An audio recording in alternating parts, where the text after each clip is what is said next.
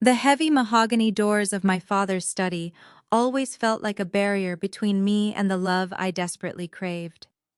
My name is Zora. On Father's Day, I went to visit my millionaire father, Harrison.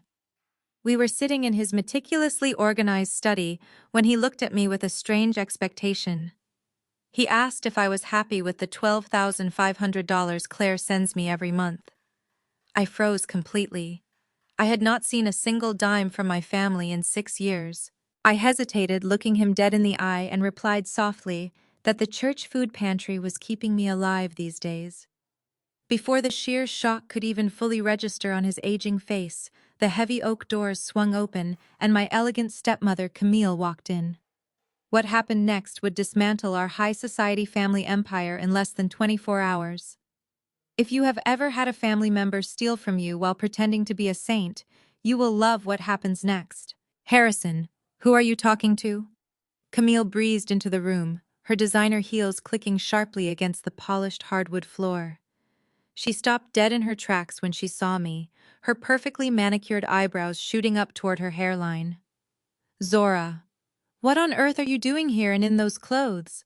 The country club is hosting the Father's Day brunch in an hour. We cannot have you looking like a charity case.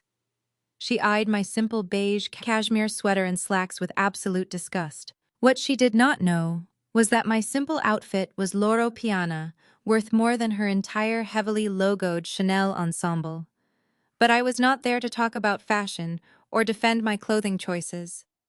A charity case, my father repeated, his voice dangerously low and thick with suppressed anger. He stood up slowly, turning his imposing frame toward Camille. Zora just told me she is surviving on church donations. Camille, you swore to me that you and Claire set up the automated trust transfers. You told me Zora was receiving her $12,500 monthly allowance without fail. Camille's face paled for exactly 1 second before her lifelong instinct for toxic gaslighting kicked into high gear. "Oh, Harrison, please," she laughed, waving a dismissive hand in the air as if swatting away a fly. "You know how Zora gets. She has always been incredibly dramatic. She dropped out of her financial law program to find herself, remember? She probably blew through all the money and is just making up ridiculous stories to get more out of you today." "Blew through it?" I asked, keeping my voice terrifyingly calm. I reached into my bag, not a cheap tote but a custom Birkin, and pulled out a thick sealed folder.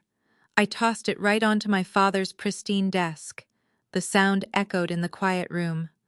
"Those are my official IRS tax transcripts for the last 6 years, Dad," I said, "alongside certified bank statements from every account under my name. You will see exactly 0 deposits from the Sterling Family Trust. Not a single cent has ever been transferred to me."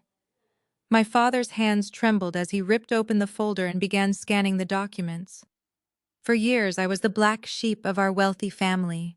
Because I refused to join my father's logistics empire and wanted to chart my own path, Camille convinced him I needed tough love to learn a lesson. She systematically isolated me, cut me off from family resources, and elevated her biological daughter Claire as the undisputed golden child of the Sterling family. "Camille," my father growled, his eyes scanning the certified bank documents that proved her lies. "Where is the money?" Before Camille could stammer out another fabricated excuse, the study doors burst open again. Enter the golden child herself, Claire dragging her white husband Spencer by the hand. Spencer was a stereotypical tech bro, arrogant, loud, and entirely convinced he was the absolute smartest guy in any room he walked into. "Happy Father's Day," Dad, Claire sang out, holding a ridiculously expensive bottle of scotch. Then she spotted me standing there. Her bright smile vanished instantly. "Zora, did you actually show up to beg for money on Father's Day? Have some class for once in your life." Spencer snorted loudly, adjusting his heavy gold Rolex. "Let her be, babe. Times are tough for freelance bookkeepers or whatever she is calling herself these days. Look, Harrison, we do not have long. My tech firm is finalizing our Series C funding tomorrow, and the big buyers are flying in this evening. We just came to drop off your gift," Spencer, my father said, completely ignoring the expensive scotch. His deep voice was shaking with pure, unadulterated rage. "Did you and Claire handle Zora's trust transfers like you promised me you would?" Spencer froze mid-step. He looked at Claire, who suddenly looked like a terrified deer caught in headlights. "Dad, listen," Claire started, but Spencer cut her off, puffing out his chest to assert his usual dominance. "Harrison, let us be real here," Spencer said with a highly condescending smirk. "Zora does not know how to manage capital. She was living in a dump. So yes, we diverted her monthly allowance into my startup seed fund. We put the money to work for us. It was an investment for the family. We were going to pay her back eventually with a little interest once my company gets acquired next month." The sheer audacity of his confession hung heavy in the air. He had just casually admitted to embezzling nearly $900,000 of my money over 6 years and was framing it as a generous favor. Camille immediately jumped to their defense, sensing the shifting tide. "Harrison Spencer is a visionary. They used dead capital to build an empire. Zora would have just wasted it on her little hobby businesses and failed projects. Spencer is about to sell his firm for $100 million to Apex Financial. We should be celebrating his genius, not interrogating him." "An empire?" I let out a sharp, genuine laugh that startled everyone in the room. "You mean Cypher Sync, the cybersecurity software company that has not passed a single beta test in 2 entire years?" Spencer's arrogant smirk dropped immediately. "How do you know the exact name of my proprietary software? And how do you know about our failed beta tests? That is classified corporate data that nobody outside my executive team should have access to." I slowly walked over to my father's desk, picked up the bottle of scotch they had brought, and handed it back to Spencer. "I know," I said, looking right into his pale blue eyes, "because Apex Financial did not just stumble upon your company, Spencer. My acquisition team specifically targeted it." Claire scoffed loudly, crossing her arms over her designer dress. "Your acquisition team? Zora, you are completely delusional. You literally live off church food pantries." "I volunteered at the church food pantry." "Claire," I corrected her, my tone dropping to absolute ice. "While I was building my own company, Apex Financial. I am the founder and sole chief executive officer. And I am the anonymous buyer you have been begging for a bailout, Spencer." Spencer actually stumbled backward, hitting the heavy mahogany bookshelf behind him. "No, that is impossible. The chief executive officer of Apex is a man. It is Z. Vance.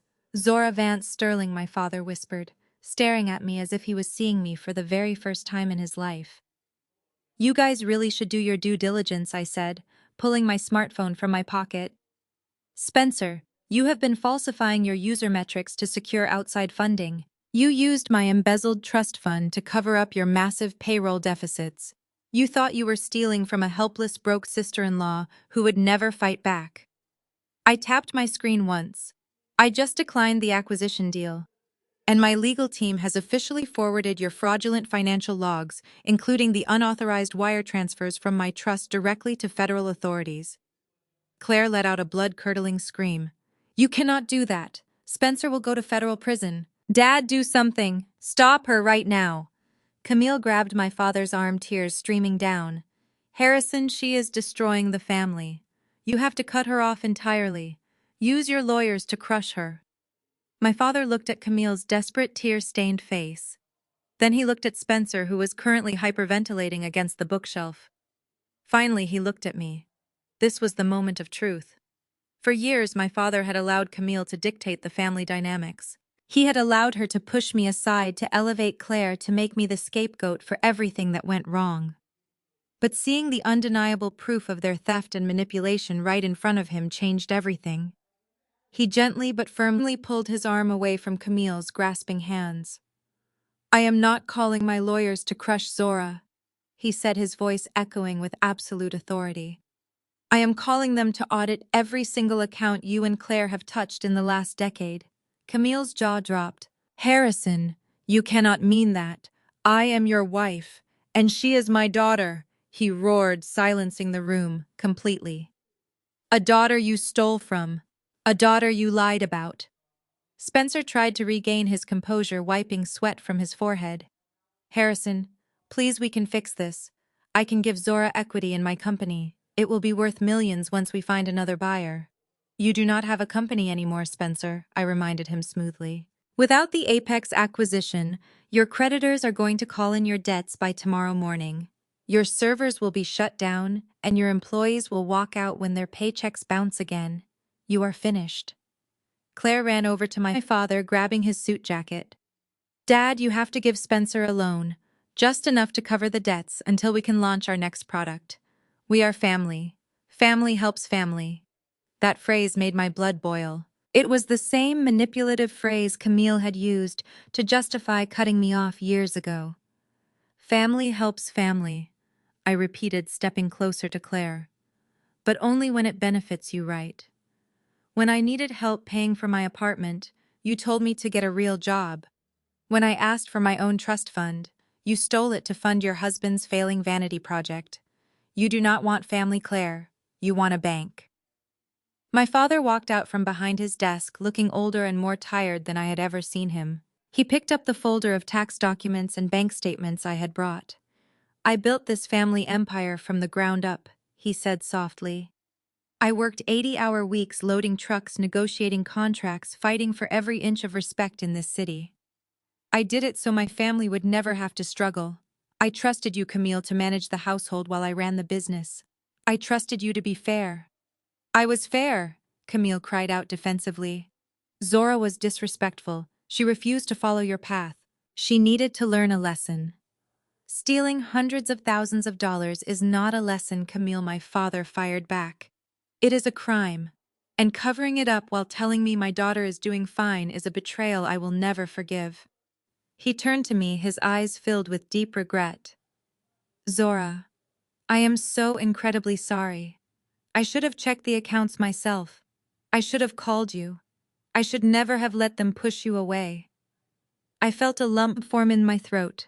Despite the anger, I still loved my father. I had built my own massive empire. But standing here in his study, watching his heart break over the betrayal of his wife and stepdaughter, I realized none of my corporate success could replace the bond we had lost. I told him that we had time to fix things between us, but first we needed to clean house. The quiet emotional moment was violently shattered by Camille. She lunged forward, her face twisted into an ugly mask of pure desperation.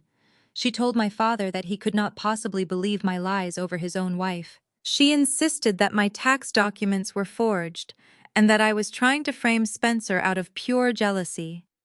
Spencer, however, was no longer standing by her side. He had collapsed into one of the leather guest chairs, grasping his chest as he struggled to breathe. Claire rushed to her husband, shaking his shoulders and demanding that he stand up and fight back. She screamed at him to tell my father that I was a fraud and that his cybersecurity software was perfectly functional. But Spencer just shook his head, his pale face shining with cold sweat. He whispered that I knew the exact details of the beta tests, and that nobody could know that unless they were the actual buyer. He looked up at me with terrified eyes and asked how long I had known about his falsified user metrics. I walked over to my custom bag and pulled out my tablet. I told him that I knew everything from the very first day his desperate financial team submitted their pitch deck to Apex Financial. I swiped the screen and turned it toward him, displaying a massive spreadsheet filled with highlighted red text. I told him that my analyst noticed the discrepancies within 3 hours of reviewing his payroll logs. I explained that his company had 0 active clients and that he was using stolen funds from my trust account to pay fake users to leave positive reviews on tech forums. I pointed out that he had literally wired my money directly into his personal checking account to buy Claire her custom diamond necklace. I told Claire that her beautiful necklace was paid for with the grocery money I was supposed to receive when I was starving. Claire touched her neck instinctively, her eyes wide with horror as she realized the source of her lavish lifestyle. She screamed that I had no right to investigate her husband and that she would sue me for defamation and corporate espionage. I smiled and told her that she could not sue the person who just saved her from going down as an accomplice. I explained that by killing the acquisition deal before the final paperwork was signed, I technically prevented them from committing massive corporate fraud against a major financial institution. I told them that they should be thanking me on their knees because stealing my trust fund was a minor crime compared to defrauding Apex Financial for $100 million. Camille was pacing the floor of the study, frantically running her hands through her expensive hair. She told my father that they needed to call the family lawyers right now to draft a defense strategy. She pleaded with him to use his logistics company funds to pay back my missing trust money so I would not press charges. She reasoned that if they just paid me back the $900,000, the federal authorities would drop the investigation and the family reputation would remain intact. My father stared at her with absolute disgust. I told her that she was completely delusional if she thought he would spend a single penny of his hard-earned money to save the man who stole from his own flesh and blood. He said that Spencer made his bed, and now he was going to sleep in a federal cell. Spencer let out a loud, pathetic sob, burying his face in his hands. He promised to give me complete control of his software code and transfer all his remaining assets to my name if I just withdrew the evidence I sent to the authorities. I looked down at him, feeling absolutely no pity for the man who had called me a charity case just 15 minutes earlier. I told him that his software code was utterly useless and his assets were frozen the moment I tapped my screen. But just to make sure he understood the absolute finality of his situation, I told him I was going to make one more phone call. I pulled up my contacts and tapped the name of my director of acquisitions at Apex Financial. I told him it was Zora and asked for a status update on the Cypher Sync acquisition deal. My director replied that the cancellation orders had been fully executed and all communication with Spencer's executive team had been permanently terminated. I then instructed my director to unseal the audit files and cooperate fully with the federal agents who would be contacting him shortly. My director confirmed the instructions without hesitation and ended the call. Spencer curled into a tighter ball on the chair, murmuring that his life was completely over. Claire, realizing that her luxurious lifestyle was officially gone, turned her fury back to her mother. She screamed at Camille, asking how she could let this happen. She blamed her mother for cutting me off in the first place, saying that none of this would have occurred if Camille had just left my trust fund alone. Camille screamed back, telling Claire that she was an ungrateful, spoiled brat who gladly spent the stolen money on expensive vacations and luxury cars without ever questioning where it came from. The two women who had spent years plotting against me were now viciously tearing each other apart in the middle of my father's study. I stood beside my father, watching their flawless high society facade crumble into pathetic dust. My father finally raised his hand, demanding absolute silence. His booming voice echoed off the mahogany walls, instantly quieting Camille and Claire. He told them that their despicable behavior had made a mockery of the family name. He said he had spent his entire life building a respectable legacy, only to have it destroyed by their selfish greed. Camille immediately tried to smooth things over, shifting her tone back to the loving, supportive wife routine she had perfected over the years. She walked slowly toward my father, reaching out to gently touch his shoulder. She told him that they could survive this scandal together. She suggested that they could issue a public statement distancing the family from Spencer and his failing company. She painted a picture of a united front where she and my father would simply cut their losses and move forward as the powerful couple they had always been. She even smiled and said that with Spencer out of the picture, Claire could step up and take a leadership role in my father's logistics empire to help rebuild their public image. My father looked at the hand resting on his shoulder and slowly brushed it away, as if brushing off a poisonous insect. He took a deep, heavy breath and walked around his massive desk, standing tall, despite the visible exhaustion in his eyes. He told Camille that there would be no united front, and that Claire would never hold a single position of authority in his company. Camille let out a nervous little laugh, asking why he was being so stubborn. She reminded him that Claire was his daughter too, and that keeping the business in the family was his ultimate dream. My father shook his head sadly. He announced that he had visited his cardiologist 3 days ago and received some very troubling news about his declining health.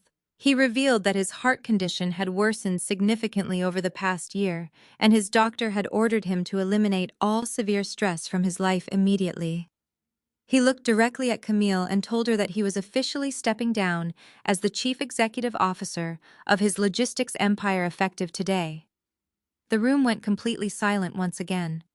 The magnitude of his announcement hung heavy in the air. Camille stared at him, her eyes wide with shock, before a slow, greedy smile began to spread across her face. Her manipulative mind was clearly spinning a new web of opportunities. She took a step closer to him, her voice dripping with fake sympathy and concern. She told him that his health was the most important thing and that retiring was the best decision he could possibly make. She reasoned that since he was stepping down, he could simply pass the controlling shares of the company directly to her as his loyal wife.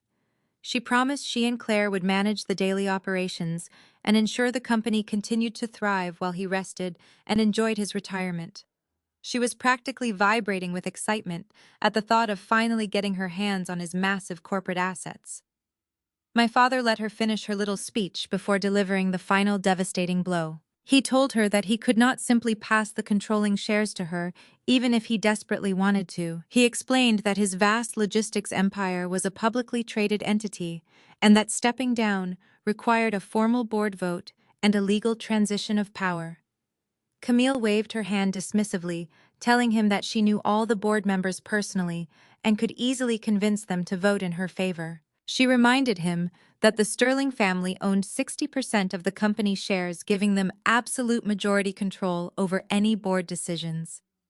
He told Camille that she was operating on completely outdated information. He explained that managing his failing health had forced him to look closely at the future of the company, and he had realized that neither she nor Claire had the competence or integrity to run it. He revealed that he had been secretly working with a corporate broker for the past 2 months to secure a safe transition of power that would protect his legacy and his employees. She asked him what exactly he had done with the family shares. Her voice was trembling with a new kind of rising panic. My father took a deep breath and dropped a nuclear bomb right in the middle of her precious high society dreams. He announced that he had officially sold a massive portion of his shares to an anonymous private investor. He explained that this anonymous investor had methodically purchased additional shares from other minor stakeholders over the past few weeks. The Sterling family no longer held majority control of the logistics empire. The anonymous investor had successfully performed a hostile takeover and now owned exactly 51% of the entire company. Camille let out a breathless gasp, stumbling backward as if she had been physically struck. She screamed that he could not possibly have sold their legacy to a complete stranger. She demanded to know who this anonymous investor was and how they had managed to secure so much capital without anyone in their financial circle finding out. Claire was equally hysterical, crying that her entire future had just been ripped away from her. Spencer was still sitting in the chair, completely broken and unresponsive to the chaos around him. I stood beside my father's desk, watching Camille lose her mind over the loss of the company she had been waiting to inherit. My father looked over at me, a faint, proud smile touching the corners of his mouth. The study was filled with the sounds of Camille's frantic screaming and Claire's bitter sobbing. They were demanding answers, demanding to know the identity of the person who had just bought their world right out from under them. I took a slow step forward, my designer heels clicking sharply against the floor to demand the absolute attention of the room. I raised my hand slowly and let the silence stretch out until the only sound left in the study was Spencer's ragged breathing. I looked directly at Camille and told her that she did not need to hire private investigators to find the anonymous investor. I told her that the investor was standing right in front of her. I explained that Apex Financial had a diverse investment portfolio and that acquiring a 51% controlling stake in a highly profitable luxury logistics empire was simply good business. The color completely drained from Camille's face as the realization hit her. I watched her perfectly manicured hands begin to shake as she stared at me with pure, unadulterated hatred. She shook her head in furious denial, screaming that my father would never sell his life work to a spiteful, vindictive girl who hated the family. She turned to my father, demanding that he tell her this was a sick joke.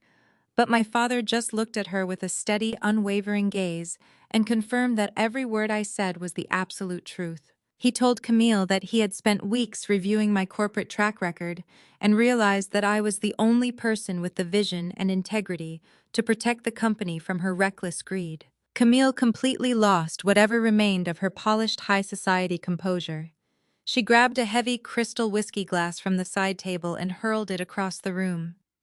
The glass shattered violently against the mahogany wall, sending sharp fragments raining down onto the expensive Persian rug. She screamed that I had manipulated a sick old man into giving away her rightful inheritance. She accused me of plotting this hostile takeover for years just to punish her for trying to teach me discipline when I was younger. I did not flinch at the sound of the breaking glass. I simply brushed a speck of dust off my sleeve and told her that her definition of discipline was actually financial abuse and emotional neglect. I reminded her that while she was busy buying her way onto charity boards and country club committees using my father's wealth, I was building an actual legacy. I told her that I did not need to manipulate my father because my corporate portfolio spoke entirely for itself. I explained that I paid a premium price for those shares, and that the money was currently sitting in a secure trust that she could never touch. Claire suddenly pushed past her mother, her face twisted into a mask of pure entitlement. She pointed a trembling finger at my face and screamed that I was a thief. She demanded that I return the shares immediately, claiming that the logistics company was her birthright, as the loyal daughter who had stayed by my father's side. She told me that I had no right to waltz back into their lives and steal the empire she was destined to run. I looked at my half-sister feeling a mixture of pity and disgust. I told Claire that a birthright is not something you earn by simply existing and blindly following a toxic mother's orders. I pointed out that she had absolutely no business experience, zero understanding of supply chain logistics, and a fundamental inability to manage even her own personal finances. Claire scoffed loudly, crossing her arms and sticking out her chin in defiance. She proudly announced that she was a successful entrepreneur in her own right. She boasted about her luxury lifestyle brand, claiming it was generating massive revenue and proving her competence as a corporate leader. She told my father that she did not need my charity or my interference because her brand was on the verge of becoming a national sensation. I could not help but let out a long, slow sigh at her sheer delusion. I walked back over to my bag and picked up my tablet once again. I told Claire that it was truly fascinating she would bring up her luxury lifestyle brand during a conversation about financial integrity. I swiped across my screen, opening a new set of deeply buried financial records that my forensic accountants had unearthed during our due diligence phase. I turned the screen toward her and my father displaying a complex web of wire transfers, shell companies, and offshore accounts. I asked Claire if she actually knew how her lifestyle brand was staying afloat, because according to her actual sales data, she was moving less than 50 units of product a month. Claire stammered, her eyes darting nervously around the room as she insisted that her online sales were booming and her brand partnerships were highly lucrative. I cut her off sharply, telling her to stop lying to herself and to our father. I explained that her brand was bleeding money at an alarming rate, and the only reason it appeared profitable was because massive infusions of untraceable cash were being funneled through its accounts every single week. My father stepped closer to the tablet, his brow furrowing as he studied the erratic transaction histories.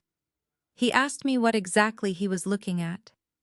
I looked at Camille, whose face had suddenly turned a sickly shade of gray.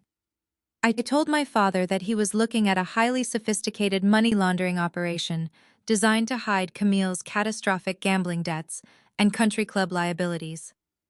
The room erupted into absolute chaos once again. Camille screamed that I was fabricating evidence and threatened to call the police to have me arrested for slander. But the panic in her voice was undeniable. I calmly explained to my father that Camille had been taking regular trips to high-stakes underground casinos for the past 3 years.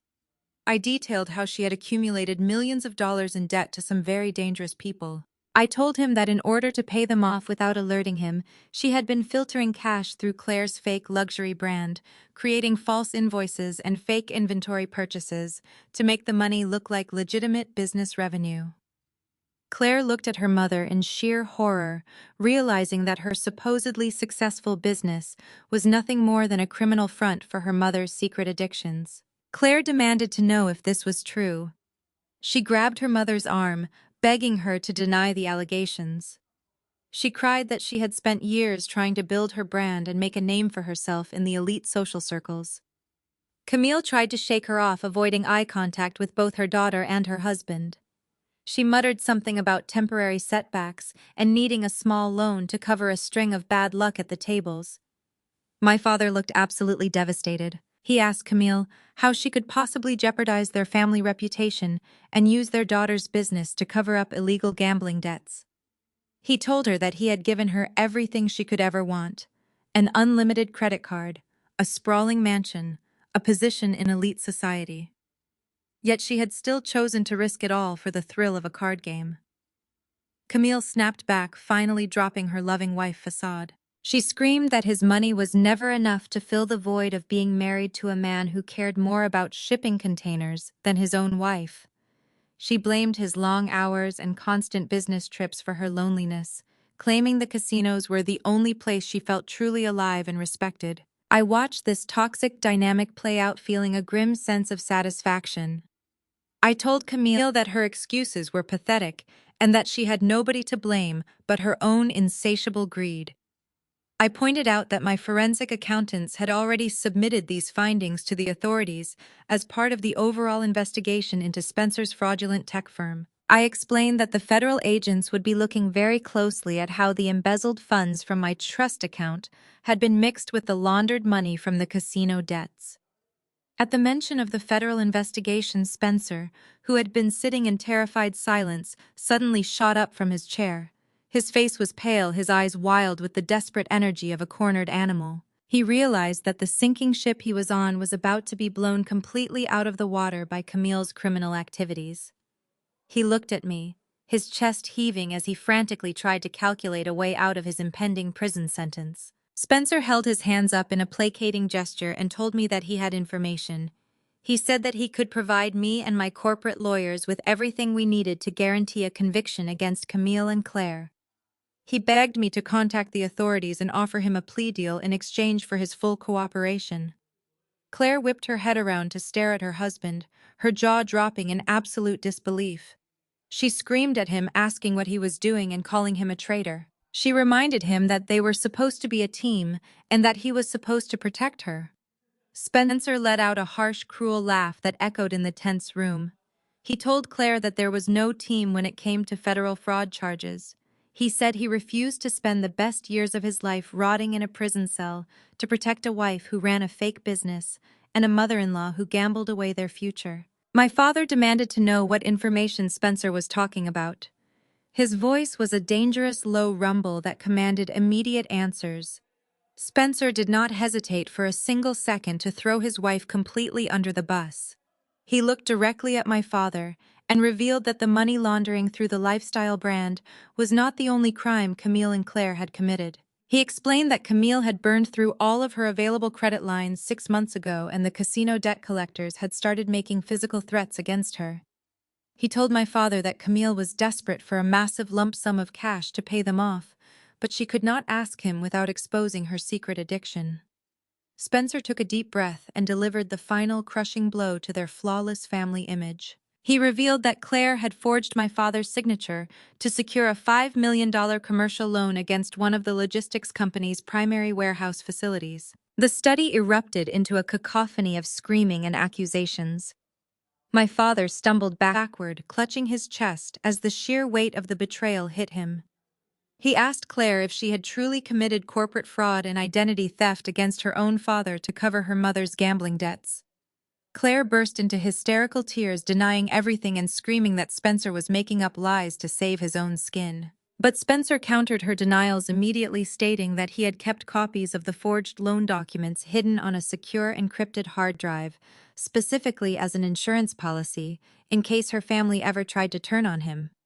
He told my father that Claire had practiced his signature for weeks until she could replicate it perfectly on the bank forms. He explained that since Claire was an authorized representative of the lifestyle brand, she had used the brand as the guarantor for the massive commercial loan, linking the entire fraudulent scheme together. Camille launched herself across the room, aiming a vicious slap right at Spencer's face. The loud smack echoed sharply as her hand made contact with his cheek. She screamed that he was a pathetic, weak coward who was destroying the family to save his own miserable life. Spencer shoved her away roughly, telling her that there was no family left to save. He shouted that she was a toxic manipulator who had dragged everyone down into her web of lies and debt. Claire rushed forward to attack Spencer, pounding her fists against his chest as she sobbed uncontrollably. She cursed him for betraying her and ruining her life, while completely ignoring her own role in the criminal enterprise. The three villains were now violently tearing each other apart in the middle of my father's study, showing their true colors as the greedy, selfish parasites they had always been. I stood back and watched the absolute destruction of the people who had made my life a living nightmare for years. I turned to my father, who was watching the scene with a look of profound sorrow and disgust. He looked at me, his eyes silently acknowledging the devastating truth of the situation. I told my father that my security team was waiting outside, and it was time to let the authorities clean up the mess. The sounds of their vicious arguing faded into the background of my mind as I realized the next phase of their punishment was just beginning. I knew that the fallout from this confrontation would ripple through the elite social circles faster than any gossip column could ever report. I planned to make sure that every single person who had ever looked down on me would see exactly what Camille and Claire truly were beneath their expensive designer clothing and carefully curated public personas. The empire they thought they controlled was now completely in my hands, and I was not going to show them a single ounce of mercy as I dismantled their entire world, brick by brick. The hostile takeover was just the opening move in a much larger strategy to reclaim my life and protect my father's legacy from the parasites who had tried to consume it from the inside out. I looked at my phone, watching the confirmation messages from my legal team roll in, assuring me that the asset freezes were officially in place and the warrants were being drafted. My revenge was finally happening exactly as I had orchestrated it, with flawless precision and absolute certainty. 3 days passed since the absolute destruction of my stepmother's fabricated world inside my father's study. The silence from Camille and Claire was heavy and thick, but I knew it was only the temporary calm before an inevitable storm. They were desperate women, cornered by their own greed and impending federal indictments. Tonight was the highly anticipated Heritage Gala, an exclusive charity event hosted by the most prominent African American elite society in the city. It was a night where generational wealth and social standing were flaunted under the guise of philanthropy. For years, Camille had used this exact event to cement her status as a beloved matriarch, while ensuring I was never invited to share the spotlight. This year, however, I did not need her invitation. I stepped out of my chauffeured car and walked toward the grand entrance of the downtown ballroom. I wore a custom emerald silk gown that commanded attention without needing a single visible designer logo. As I approached the massive gilded doors, I saw Camille standing in the lavish lobby. She was surrounded by the gatekeepers of our high society circle, including the board members of the charity and the most influential women in the city. Camille was wearing a forced tight smile while leaning in to whisper venomous lies into their eager ears. I could see her gesturing dramatically, playing the role of the heartbroken wife to absolute perfection. She was telling them that I had manipulated my severely ill father in order to steal his logistics company right out from under him. She painted herself as the tragic victim who was simply trying to protect her husband's hard-earned legacy from a spiteful and greedy daughter. Her audience listened with wide eyes, soaking up every single word of her fabricated tragedy. They clutched their pearls and nodded in sympathetic agreement, completely unaware that the woman standing before them was drowning in illegal casino debts and currently under federal investigation for massive corporate fraud. I took a deep breath and continued my walk directly into the glittering lobby, refusing to shrink myself to fit their narrow expectations. As soon as my heels clicked against the marble floor, the group of society matrons turned their deeply judgmental glares toward me. Women who had known me since I was a child now sneered and openly turned their backs, as if my very presence was an insult to their prestigious gathering. Camille saw her opportunity to secure her public narrative and immediately stepped forward to block my path to the ballroom doors. She crossed her arms over her expensive evening gown and looked me up and down with absolute contempt. She raised her voice loud enough for the entire lobby to hear and told me that I had no right to show my face at such a respectable gathering. She told the surrounding guests that I was a ruthless thief who had taken advantage of a sick old man and ruined her beautiful family. Whispers erupted across the crowded lobby as wealthy business owners and socialites paused to watch the drama unfold. Camille smirked, feeling emboldened by the attention of her peers. She signaled to the venue security guards standing nearby and loudly demanded that they remove me from the premises immediately. She claimed that I was an uninvited fraud, who was only there to cause a scene and extort more money from her wealthy friends. The security guards stepped forward, looking uncertain as they approached me. The society ladies behind Camille began to openly mock me, laughing behind their hands and whispering about how far the family scapegoat had fallen. They insulted my clothing, calling it a cheap imitation, and mocked my supposedly failing freelance business. They said it was a shame that a respected man like Harrison had such a bitter and unsuccessful daughter. I did not retreat a single inch. I did not raise my voice or show a single ounce of the anger boiling inside my chest. I simply looked at the head security guard and calmly told him to check the master VIP guest list before he made a career-ending mistake. The guard paused and reached for his tablet, scrolling through the names of the most important attendees. His eyes widened dramatically as he found my name sitting at the very top of the list, with special access credentials that outranked every single person standing in the lobby, including Camille. He quickly stepped back and bowed his head slightly, apologizing for the interruption and gesturing for me to proceed into the main ballroom. The smug smiles on the faces of the society women instantly faltered. Camille's jaw dropped in sheer confusion as she demanded to know why the guard was letting a known thief into an exclusive charity gala. The guard ignored her completely keeping his stance respectful as I walked right past him.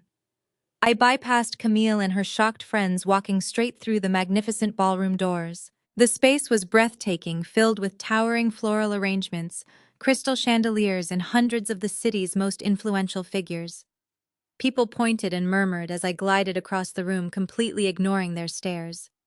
Camille hurried after me, her heels clicking frantically as she tried to keep up with my steady pace. She hissed under her breath, telling me that I was completely out of my mind and demanding that I leave before I embarrassed myself even further. She told me that nobody in this room would ever respect me or do business with me once they heard the truth about how I stole my father's logistics empire. I did not even bother to look back at her as I navigated through the sea of elegantly dressed guests. I walked directly toward the front of the stage, heading straight for the center VIP table.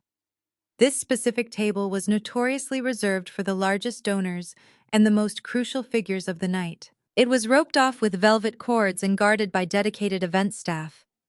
Camille let out a harsh laugh as she saw where I was heading. She told me that I was humiliating myself and that the center table was strictly reserved for the mysterious benefactor who had single-handedly saved the charity from total ruin earlier that week. She grabbed my arm, trying to physically pull me away from the velvet ropes, but I easily shook off her grasp. I stepped up to the table, and the event staff immediately unhooked the velvet rope, bowing respectfully as they pulled out the plush center chair for me to sit down. Camille's face contorted into a mask of pure bewildered rage. She stood frozen just outside the roped area, unable to comprehend how the daughter she had dismissed as a broke failure was now sitting in the most coveted seat in the entire building. Before she could formulate another lie or cause a bigger scene, the lights in the grand ballroom slowly dimmed to a soft, sophisticated glow. The loud chatter of the wealthy guests faded into an expectant silence as the prominent gala host stepped up to the grand podium on the stage. He tapped the microphone and welcomed everyone to the annual Heritage Gala, thanking them for their continued dedication to the community. He spoke passionately about the severe financial struggles the charity organization had faced this past year. He explained how they were literally on the brink of total bankruptcy due to massive unexpected funding shortages and unexplained clerical errors that had drained their operating budget. He told the silent crowd that many of their vital community programs, including housing assistance and youth education initiatives, were scheduled to be shut down permanently just 3 days ago. He paused, letting the gravity of the near disaster sink in before his expression shifted into a radiant, grateful smile. He announced that at the absolute final hour, an anonymous mega-donor had miraculously stepped in to save the entire organization. He explained that this incredible individual had provided a massive endowment that not only covered all of their missing funds, but guaranteed the expansion of their community outreach programs for the next 10 years. The entire ballroom erupted into thunderous applause as the guests cheered for the mysterious savior of their beloved foundation. Camille clapped along with her high society friends, completely oblivious to the impending destruction of her entire social existence. She leaned over to one of her wealthy companions, whispering that whoever the donor was, they clearly understood the true meaning of generational wealth and elite responsibility. The gala host raised his hands to quiet the excited crowd. He stated that the donor had originally requested to remain completely anonymous, preferring to let the philanthropic work speak entirely for itself. However, he continued, the foundation board felt that such an unprecedented act of generosity and community salvation required public acknowledgement, especially during a night dedicated to honoring Black excellence. He asked the spotlight operator to reveal the savior of their legacy and the true guardian of their charitable mission. A brilliant white beam of light shot out from the back of the auditorium, slicing through the darkness of the grand ballroom. The spotlight swung in a wide, dramatic arc across the sea of tables before landing directly and unblinkingly on me. The bright illumination bathed my emerald silk gown in a radiant glow, making it impossible for anyone in the massive room to look anywhere else.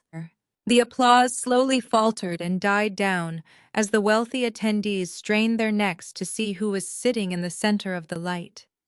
The host leaned into the microphone and proudly announced my full name, declaring me the founder and chief executive officer of Apex Financial and the largest single benefactor in the history of their elite organization.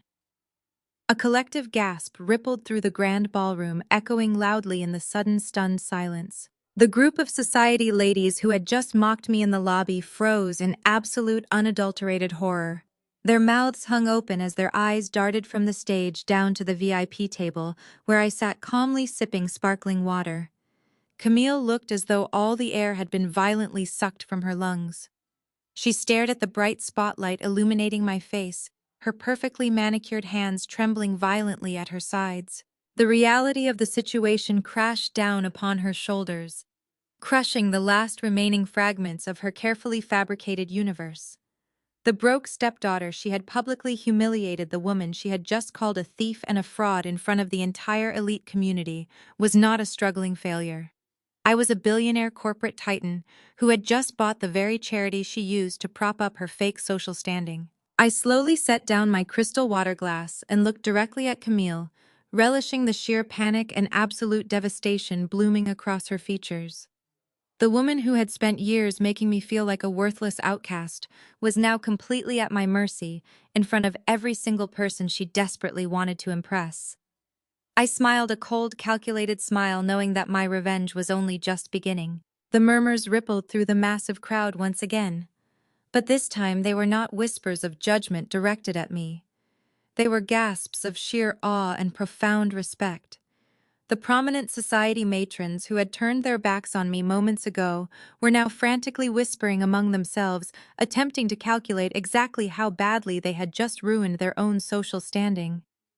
Camille tried to take a single step backward, but her trembling legs failed her completely. She stumbled slightly, grabbing onto the velvet rope for physical support as her entire world collapsed. I prepared to take the stage and dismantle her entire life, piece by piece, until nothing was left of her fraudulent elite world. The terrified look of absolute defeat in her wide eyes confirmed that the tables had finally completely, irrevocably turned. The grand ballroom remained suspended in a state of absolute shock as I slowly stood up from the center velvet rope table. The brilliant white spotlight followed my every move, casting a long shadow across the marble floor. I did not rush my ascent to the stage. I took my time, letting the heavy silence amplify the sheer panic radiating from Camille and her high society friends. The gala host stepped back respectfully as I approached the main podium. He handed me the microphone with a slight bow, completely yielding the floor to the woman who had just saved their entire organization. I looked out over the sea of wealthy attendees. Hundreds of the most influential figures in the city were staring back at me, their faces a mixture of awe and morbid curiosity. I locked eyes with Camille, who was still gripping the velvet rope near the entrance. She looked like a trapped animal, her chest heaving as she struggled to comprehend her sudden fall from grace. I tapped the microphone once, and the soft thud echoed loudly through the cavernous space. I began to speak, my voice steady and completely devoid of any emotion. I smiled very coldly. I thanked the host for his overly generous introduction and welcomed the esteemed guests to the annual Heritage Gala. I told them that it was an absolute honor to stand before so many pillars of the community. I explained that my firm Apex Financial firmly believed in supporting organizations that uplifted the marginalized and protected the vulnerable. I stated that when my acquisition team discovered this historic charity was on the verge of total financial collapse, we knew we had to intervene immediately. The crowd murmured in collective agreement, nodding their heads at my philanthropic sentiments. They were completely captivated by my presence, eager to hear more from the mysterious billionaire who had rescued their beloved foundation. But my tone shifted smoothly, from gracious benefactor to ruthless corporate investigator. I gripped the edges of the wooden podium and told the silent room that my firm did not simply hand over massive endowments without conducting a thorough forensic audit of the organization's previous financial records. I explained that Apex Financial required absolute transparency regarding how a highly successful charity with millions in annual donations had suddenly found itself entirely bankrupt. The atmosphere in the room shifted instantly from celebratory to tense. I gestured to the audio-visual technicians standing at the back of the massive ballroom. The giant projection screens positioned on either side of the grand stage suddenly flickered to life. The screens illuminated the dark room with bright glaring spreadsheets and scanned financial documents. A wave of confused murmurs washed over the elite audience as they squinted to read the dense text. I raised the microphone and directed their attention to the highlighted red sections on the incredibly detailed bank statements. I told the crowd that the charity board had publicly blamed their sudden insolvency on a disastrous administrative clerical error.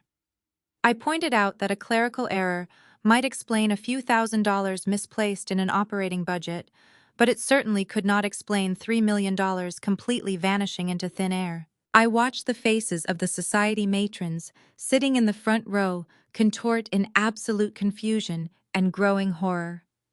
I told them that my accountants had traced every single missing dollar from the charity's community housing fund straight through a complex web of totally fraudulent shell companies.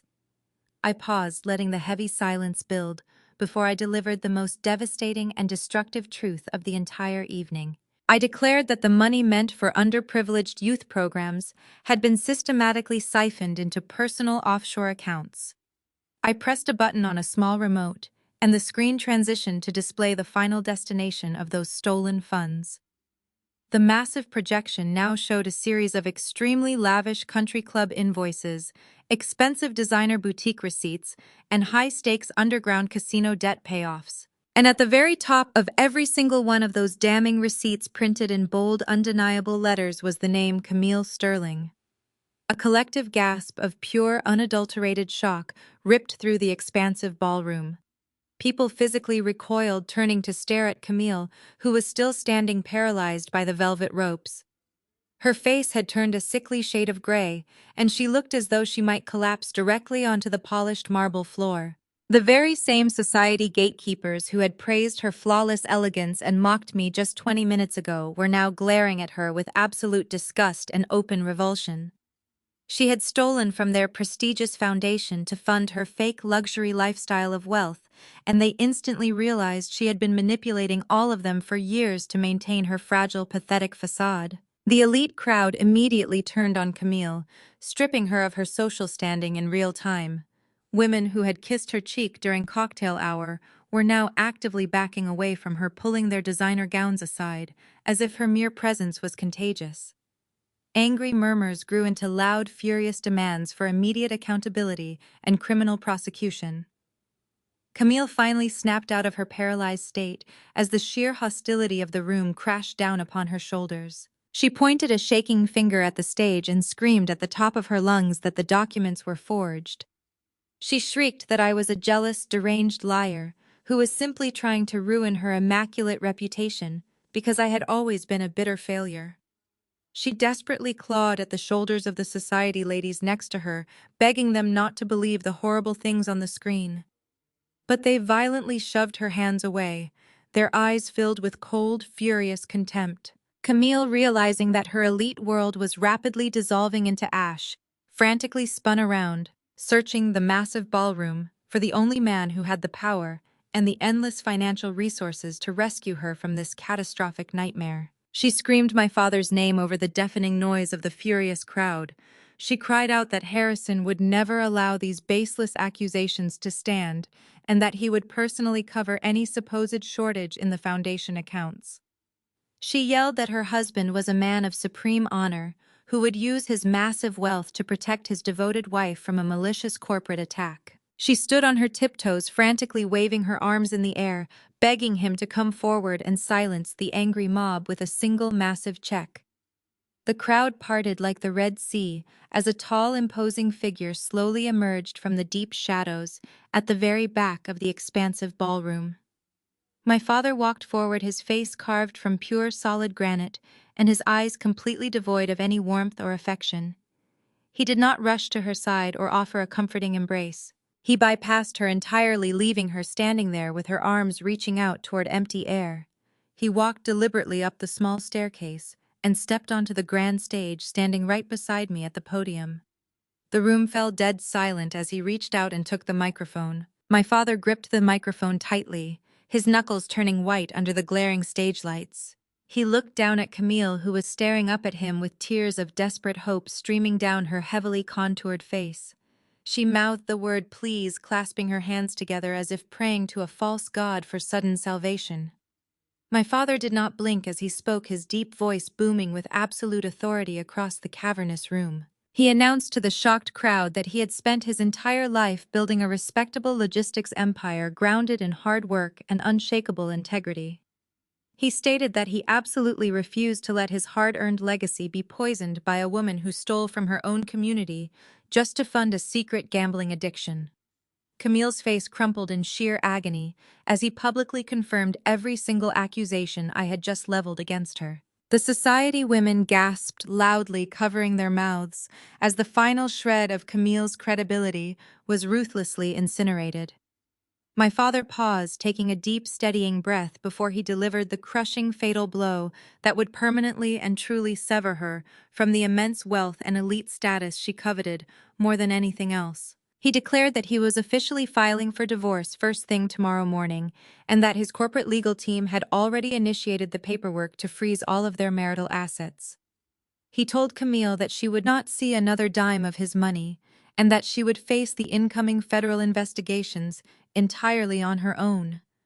Camille let out a truly agonizing wail, dropping to her knees right in the middle of the crowded marble floor. She sobbed uncontrollably, begging him to reconsider and promising that she would do anything to make things right. But my father simply turned his back on her, returning the microphone to its stand with a sense of resolute finality. He looked at me and nodded a silent acknowledgement of the justice we had just served together. The charity gala that was supposed to be Camille's shining moment of elite glory had transformed into the brutal public execution of her entire false reality. I watched her weepings on the floor, surrounded by the disgust of her former peers, and felt a deep, powerful sense of closure. The empire of lies she built to destroy me had finally collapsed, crushing her beneath its very heavy weight. The security team finally moved in, pulling the hysterical woman up from the ground and escorting her firmly toward the lobby exit. Her screams faded as the heavy doors swung shut, leaving a highly charged residual energy lingering throughout the room. The gala host quickly reclaimed the podium, nervously attempting to steer the evening back to its philanthropic roots. He thanked me profusely once again for uncovering the corruption and for providing the vital funds needed to keep their outreach programs alive. The guests slowly returned to their respective tables, the shock gradually wearing off and being replaced by animated, excited chatter about the spectacular downfall they had just witnessed. I descended the stage stairs with a steady, graceful stride, feeling an incredible surge of pure, unwavering confidence. Society members who had previously ignored me now went out of their way to make respectful eye contact, nodding deeply as I passed their tables. I had not just cleared my name, I had completely redefined my position within this exclusive world. My father walked closely beside me, his presence acting as an impenetrable shield against any lingering doubt. We moved toward a quiet exit, eager to leave the stifling ballroom environment. We pushed through the heavy doors and stepped out into the cool, refreshing night air of the sprawling venue parking lot. The immediate silence of the outdoors was a welcome relief from the sheer madness we had just left behind inside the ballroom. I turned to my father, ready to thank him for finally standing up and defending me against Camille's relentless lies. But before I could utter a single word, a sudden frantic movement caught my eye near the very dark valet station. A man in a disheveled tuxedo was sprinting desperately across the paved lot, heading straight toward us with a look of pure, unhinged panic. It was Spencer. His tie was undone and he was sweating profusely, clutching a small silver object tightly in his right hand. He stopped a few feet away from us, breathing heavily and holding up a digital hard drive like a shield. He stared at me, his eyes wide and frantic, looking completely unhinged and utterly desperate. The sweet taste of victory was momentarily interrupted by his sudden chaotic arrival, signaling that the next layer of this explosive family drama was about to violently unfold right in the parking lot. Spencer skidded to a halt just inches away from my father and me, his chest heaving as he gasped for air in the cool night breeze. His expensive tuxedo jacket was hanging off one shoulder, and his bow tie was completely gone, leaving his collar open and soaked with nervous sweat. He looked around the dimly lit parking lot, his eyes darting back and forth to make sure none of the society guests or security guards had followed him out of the building. My father instinctively took a protective step forward, placing himself between me and the erratic man who had stolen from our family. My father demanded to know what Spencer was doing here and warned him that if he took one more step, security would have him pinned to the concrete. Spencer held up both of his hands in a gesture of surrender, but his right hand was still tightly clutching a small, sleek silver hard drive. He was shaking visibly, his entire body trembling with the frantic energy of a man who knew he was out of time and out of options. He looked past my father and locked his desperate eyes directly on me, standing perfectly still. I did not step back or show a single ounce of fear to this truly pathetic man. I simply stood my ground and looked at him with cold, calculated indifference, waiting for him to speak. I asked him why I should care about a shiny piece of metal when I already had enough financial evidence to send his entire fake tech company into federal bankruptcy by sunrise. Spencer swallowed hard, taking a shaky step forward and lowering his voice to a highly conspiratorial whisper. He told me that the audit I presented inside the ballroom was only scratching the very surface of what Camille had been doing behind my father's back for the last 10 years. He explained that the silver drive he was holding contained the master ledgers, the passwords to multiple illegal offshore accounts, and the direct communication logs between Camille and the dangerous loan sharks she owed money to. He said that Claire had been helping her mother funnel the stolen charity money into private trusts located in the Cayman Islands, explicitly designed to be hidden from any standard government tax investigation. He promised me that if I took this digital drive, I would then have the absolute power to ensure neither of them ever saw a single penny of my father's wealth or saw the outside of a prison cell ever again. My father stood completely rigid beside me, his jaw clenched so tightly I thought it might shatter. The depth of the betrayal was still hitting him wave after wave, but he remained stoic, refusing to let Spencer see how much the sudden revelations hurt. I looked at the silver hard drive and then back at Spencer's pathetic, sweating face.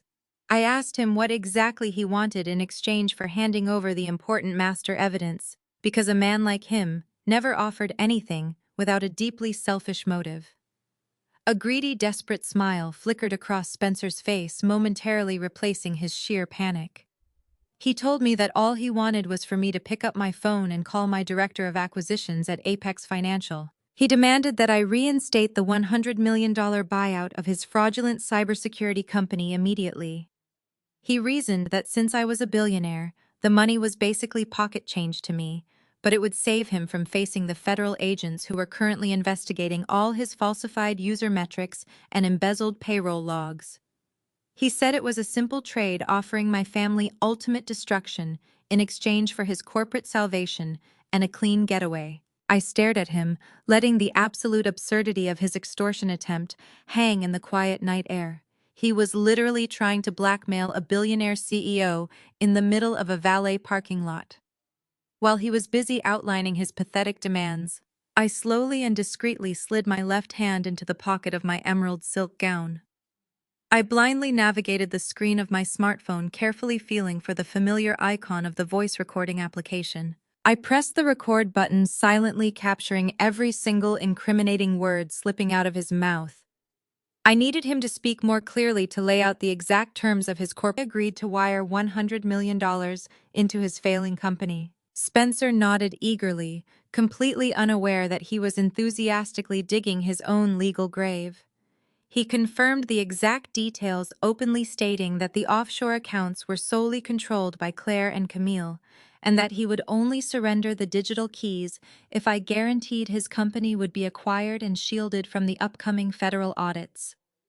I asked him if Claire knew that he was out here selling her out to the very sister she despised. Spencer let out a harsh, dismissive laugh that echoed against the concrete pillars of the parking structure. He told me that Claire was a shallow, materialistic fool who only cared about her social status and her designer handbags. He said he was so sick of carrying the weight of her mistakes, and that he would happily watch her rot in a federal penitentiary if it meant he could take his buyout money and disappear to a private tropical island. He took another step closer to me, his voice dropping into a sickeningly persuasive tone. He looked me up and down and told me that I was the only truly smart woman in this entire family. He said that we were both ruthless visionaries who understood how the corporate world really worked, and that we could make a phenomenal team if I just finally gave him this 1-second chance to prove his worth. He was leaning in so close I could smell the stale champagne and sheer desperation on his breath, making my stomach turn in absolute disgust. Before I could tell him exactly where he could shove his silver hard drive, the heavy glass doors of the gala venue burst open. Claire stumbled out into the cool night air, her designer heels clicking erratically on the pavement. Her makeup was completely smeared down her cheeks from crying, and her expensive custom gown looked rumpled and entirely disheveled. She was frantically scanning the dark parking lot, clearly searching for the husband who had abandoned her inside the ballroom when the entire charity scandal blew up in their faces. Her eyes locked onto us standing near the valet station. The sight of Spencer leaning in close to me, speaking in hushed, intimate tones, completely shattered her already fragile mental state. She let out a loud, furious shriek that startled the nearby valet attendants and went sprinting across the huge parking lot toward us. She did not see the hard drive in his hand. She did not hear the corporate extortion. All her very deeply insecure mind processed was her handsome husband standing entirely too close to her billionaire half-sister, acting like a desperate man begging for affection. Claire practically threw herself between us, shoving Spencer backward with surprising physical force. She screamed at him, asking what the hell he was doing out here alone with me. She accused him of trying to seduce the wealthy CEO to save his own skin, now that her mother's reputation was permanently destroyed. She yelled that she knew he never really loved her, and that he was just a gold-digging parasite who was desperately trying to finally upgrade to a richer sister. Spencer staggered backward, totally caught off guard by his wife's sudden violent arrival. He quickly tried to hide the silver hard drive behind his back, but Claire was completely unhinged. She lunged at him, pounding her fists against his chest and screaming that he was a pathetic, cheating coward. She cried that she had ruined her relationship with her father and risked everything to fund his stupid tech company, and this was how he finally repaid her. The few remaining gala guests who were waiting for their luxury cars stopped dead in their tracks, immediately pulling out their expensive phones to record the spectacular meltdown happening right in front of the valet stand. Spencer grabbed Claire's wrists, trying to force her away from him as he shouted for her to calm down and stop acting like a total lunatic. He told her that she was ruining the only chance they had left to avoid going straight to federal prison. But Claire was entirely beyond reason. She screamed that she did not care about prison and that she would rather see them both destroyed than watch him beg for scraps from the sister she had just spent her entire life stepping on. She managed to rip one of her hands free and slapped him directly across the face. The sound was sharp and loud, cutting through the ambient noise of the dark city. Spencer lost his temper completely. He shoved her back so hard she stumbled and nearly fell onto the concrete. He screamed that she was a delusional, spoiled brat, and that her mother was a criminal gambling addict. He held up the small silver hard drive and yelled that he was trading all her offshore secrets to me because she was too incredibly stupid to realize their fake empire was already burning to the ground. Claire's eyes widened in sheer horror as she finally recognized the digital drive in his hand. She realized in that exact moment that her husband was not trying to romance me, but was actively selling her out to the authorities to save his own pathetic, miserable life. She let out a guttural scream of pure rage and lunged for the drive, clawing desperately at his hands. They grappled with each other just like wild animals, completely abandoning any last shred of their elite dignity. My father watched the chaotic scene with absolute disgust, shaking his head as the two people who had stolen his money and mocked his daughter physically fought in the dirt. I stood perfectly still, ensuring my phone was capturing the entire humiliating spectacle.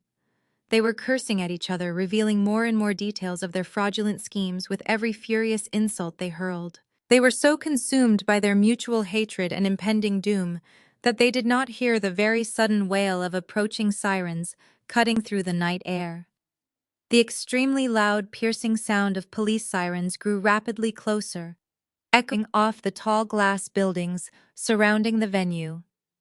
Red and blue lights suddenly washed over the parking lot, casting erratic shadows across the fighting couple. Claire and Spencer froze mid-struggle, turning their heads toward the street, as three dark federal vehicles and two marked city police cruisers swerved aggressively into the valet driveway. The tires screeched against the pavement as the vehicles formed a tight barricade, effectively sealing off the only possible exit. The valet attendants scattered in absolute sheer panic as several heavily armed federal agents jumped out of the large SUVs, their tactical vests clearly displaying the letters FBI in bright yellow font. The lead agent, a tall, broad-shouldered man, marched directly toward our group, shining a high-powered flashlight straight into Spencer's terrified face. He did not ask about the domestic disturbance or the physical altercation that had just occurred. He simply stated Spencer's full name in a booming, authoritative voice that left absolutely no room for negotiation or escape. Spencer dropped the silver hard drive onto the pavement, his hands immediately shooting up into the air as the federal agents surrounded him while he sobbed loudly and begged them for ultimate legal mercy. The heavy metal handcuffs clicked loudly, echoing against the cold concrete as the lead federal agent forcefully spun Spencer around and slammed him face first onto the sleek hood of his own expensive Tesla. The impact sent a sickening thud through the quiet night air, completely shattering whatever remained of Spencer's arrogant tech bro facade. The brilliant red and blue lights from the police cruisers washed over his terrified face, casting erratic shadows across the valet parking lot. The high society guests who had been waiting for their luxury vehicles were now pressed against the glass doors of the gala venue, watching the spectacular downfall of the man who had just minutes ago bragged about his $100 million corporate acquisition. Spencer pressed his bleeding cheek against the cold metal of the car, sobbing uncontrollably as the federal agents began reading him his rights in a sharp, unforgiving tone. He begged them to listen to him, crying that it was all a huge misunderstanding and that he was just a visionary entrepreneur who had made a few simple accounting errors. The lead agent ignored his pathetic whimpering, completely securing the handcuffs tighter and officially informing him that he was being placed under federal arrest for multiple counts of wire fraud, corporate embezzlement, and international money laundering. Claire stood frozen on the pavement, her designer gown shifting in the cool night breeze as she stared at her husband in absolute horror. The reality of the situation was finally crashing down upon her deeply privileged reality. She realized in that exact moment that the federal authorities were not just coming for Spencer's failing software company, but they would inevitably be coming for her massive bank accounts, her luxury vehicles, and her sprawling mansion. The sudden threat of losing her elite social status and her endless supply of wealth completely overrode whatever anger she had felt toward him just moments before. She staggered forward, her eyes wide and frantic as she watched the agents pat down her sobbing husband. She spun around and sprinted toward my father, her high heels scraping violently against the asphalt. She grabbed the lapels of his tailored suit jacket, tears of pure desperation streaming down her heavily contoured face. She screamed at him that he needed to do something immediately to stop the federal agents from taking her husband away in a squad car. She cried that they were going to freeze all of her personal assets by morning, and that she would have absolutely nothing left to her name if Spencer went to federal prison. My father stood perfectly still, his imposing frame acting like a solid brick wall against her hysterical demands. He looked down at the daughter he had spoiled and protected for her entire life, and for the first time there was absolutely no warmth or sympathy in his tired eyes. He watched her beg and plead not out of love for the man bleeding on the hood of the car, but out of a deep, terrifying fear of losing her access to unlimited capital. Claire grabbed his arm and shook it frantically, screaming that she needed him to call his corporate lawyers right now and post the $2 million bail that the judge would inevitably set by sunrise. She demanded that he use the logistics company funds to secure the best defense attorneys in the city, claiming that as his biological daughter, it was his fundamental duty to protect her from total financial ruin. She told him that he had always fixed her mistakes in the past, and that this was no different from any other time she had needed him to write a massive check to save her reputation. My father gently but firmly pried her desperate fingers off his suit jacket, his expression hardening into a mask of pure disappointment.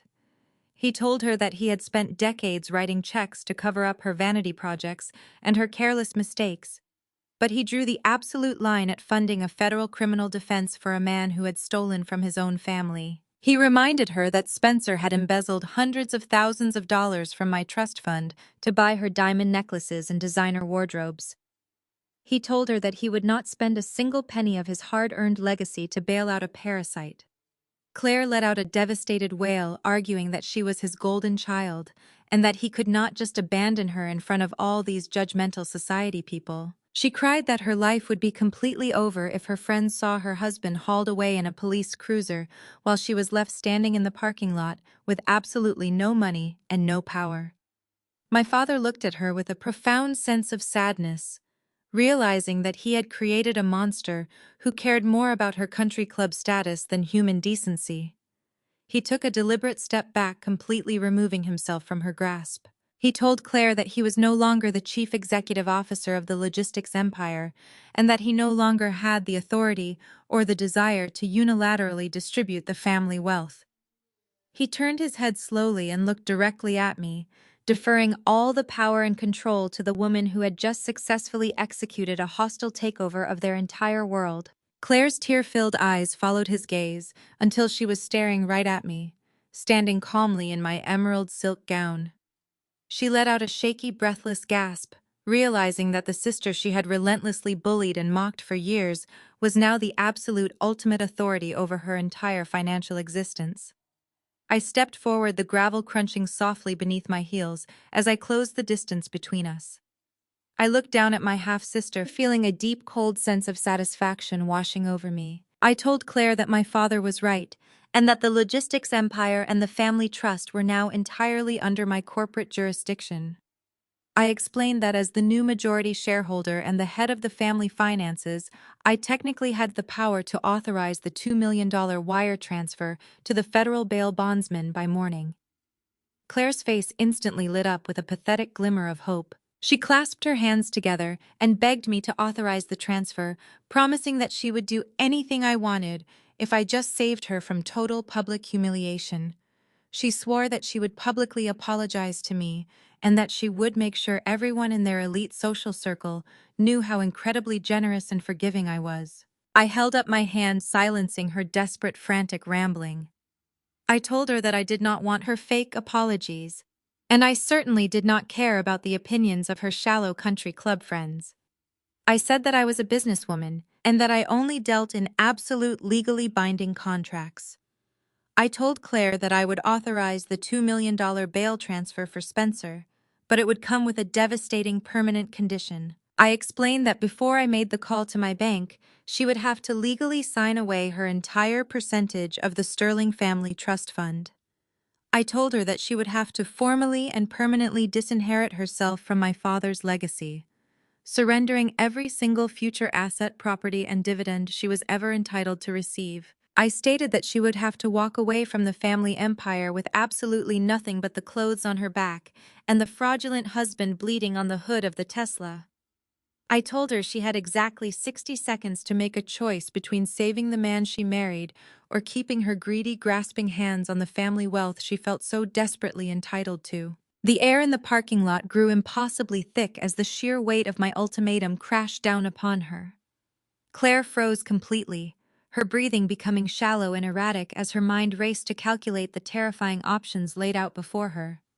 She turned her head slowly and looked over at Spencer, who was currently being aggressively patted down by two heavily armed federal agents. He was sobbing openly, his tears mixing with the blood on his face, begging the officers to loosen the tight metal cuffs cutting into his wrists. He looked so incredibly small and pathetic, stripped of his arrogant tech bro confidence and facing decades in a federal penitentiary. Claire stared at him, watching the man she had proudly flaunted to high society, reduced to a sniveling criminal who had failed to deliver the $100 million buyout he had promised her. Then she looked down at her own hands, staring at the massive diamond engagement ring and the custom tennis bracelets, glittering under the harsh police lights. She looked at the expensive designer gown she was wearing and thought about the lavish, elite lifestyle she had been rigorously groomed to expect since childhood. She realized that bailing Spencer out meant trading her entire future of guaranteed wealth and luxury for a husband who was going to prison anyway, leaving her completely broke and socially ruined. Spencer managed to lift his head from the hood of the car, his desperate eyes searching the parking lot until he found his wife. He cried out her name, his voice cracking with sheer terror, begging her to ask her father for the money. He promised her that he would fix everything, and that he would find a way to get their offshore accounts unthawed if she just got him out of police custody tonight.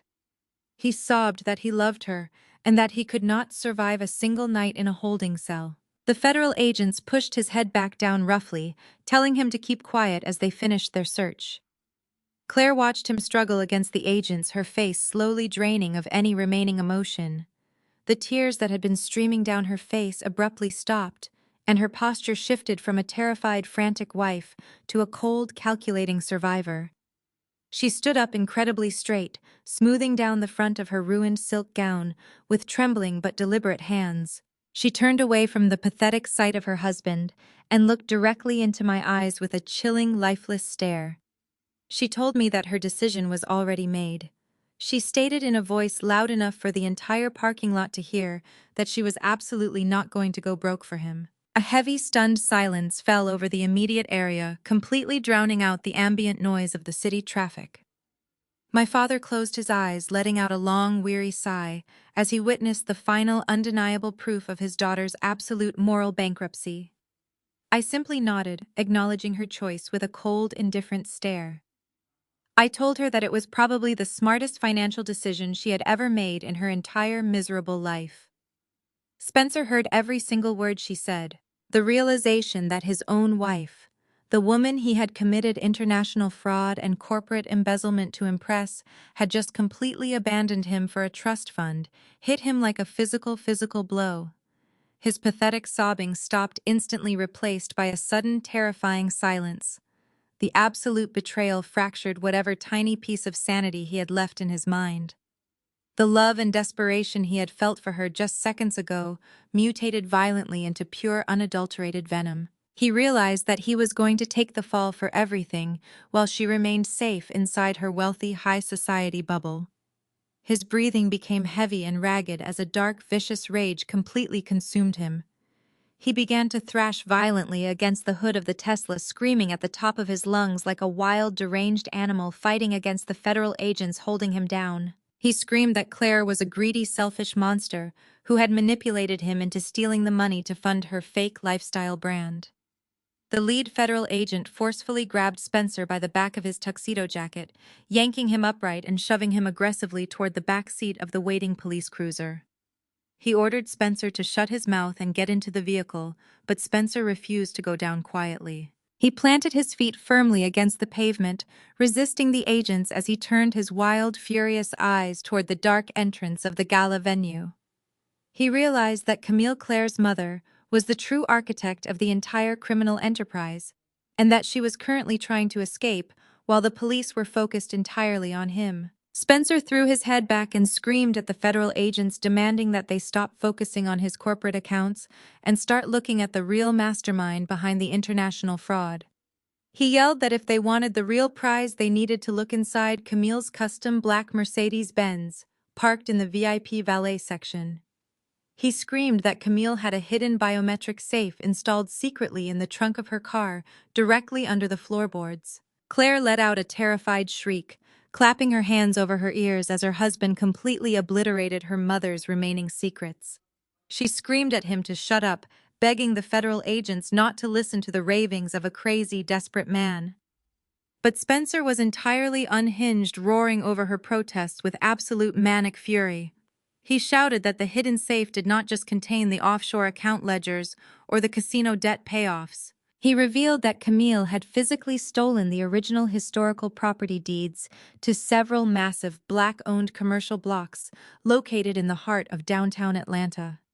He screamed that she had secretly promised to hand those sacred generational deeds over to a group of ruthless gentrifying developers to completely bulldoze the neighborhood in exchange for millions of dollars to cover her illegal gambling debts. The sheer magnitude of the cultural betrayal echoed through the parking lot, shocking the high society guests who were listening from the glass doors.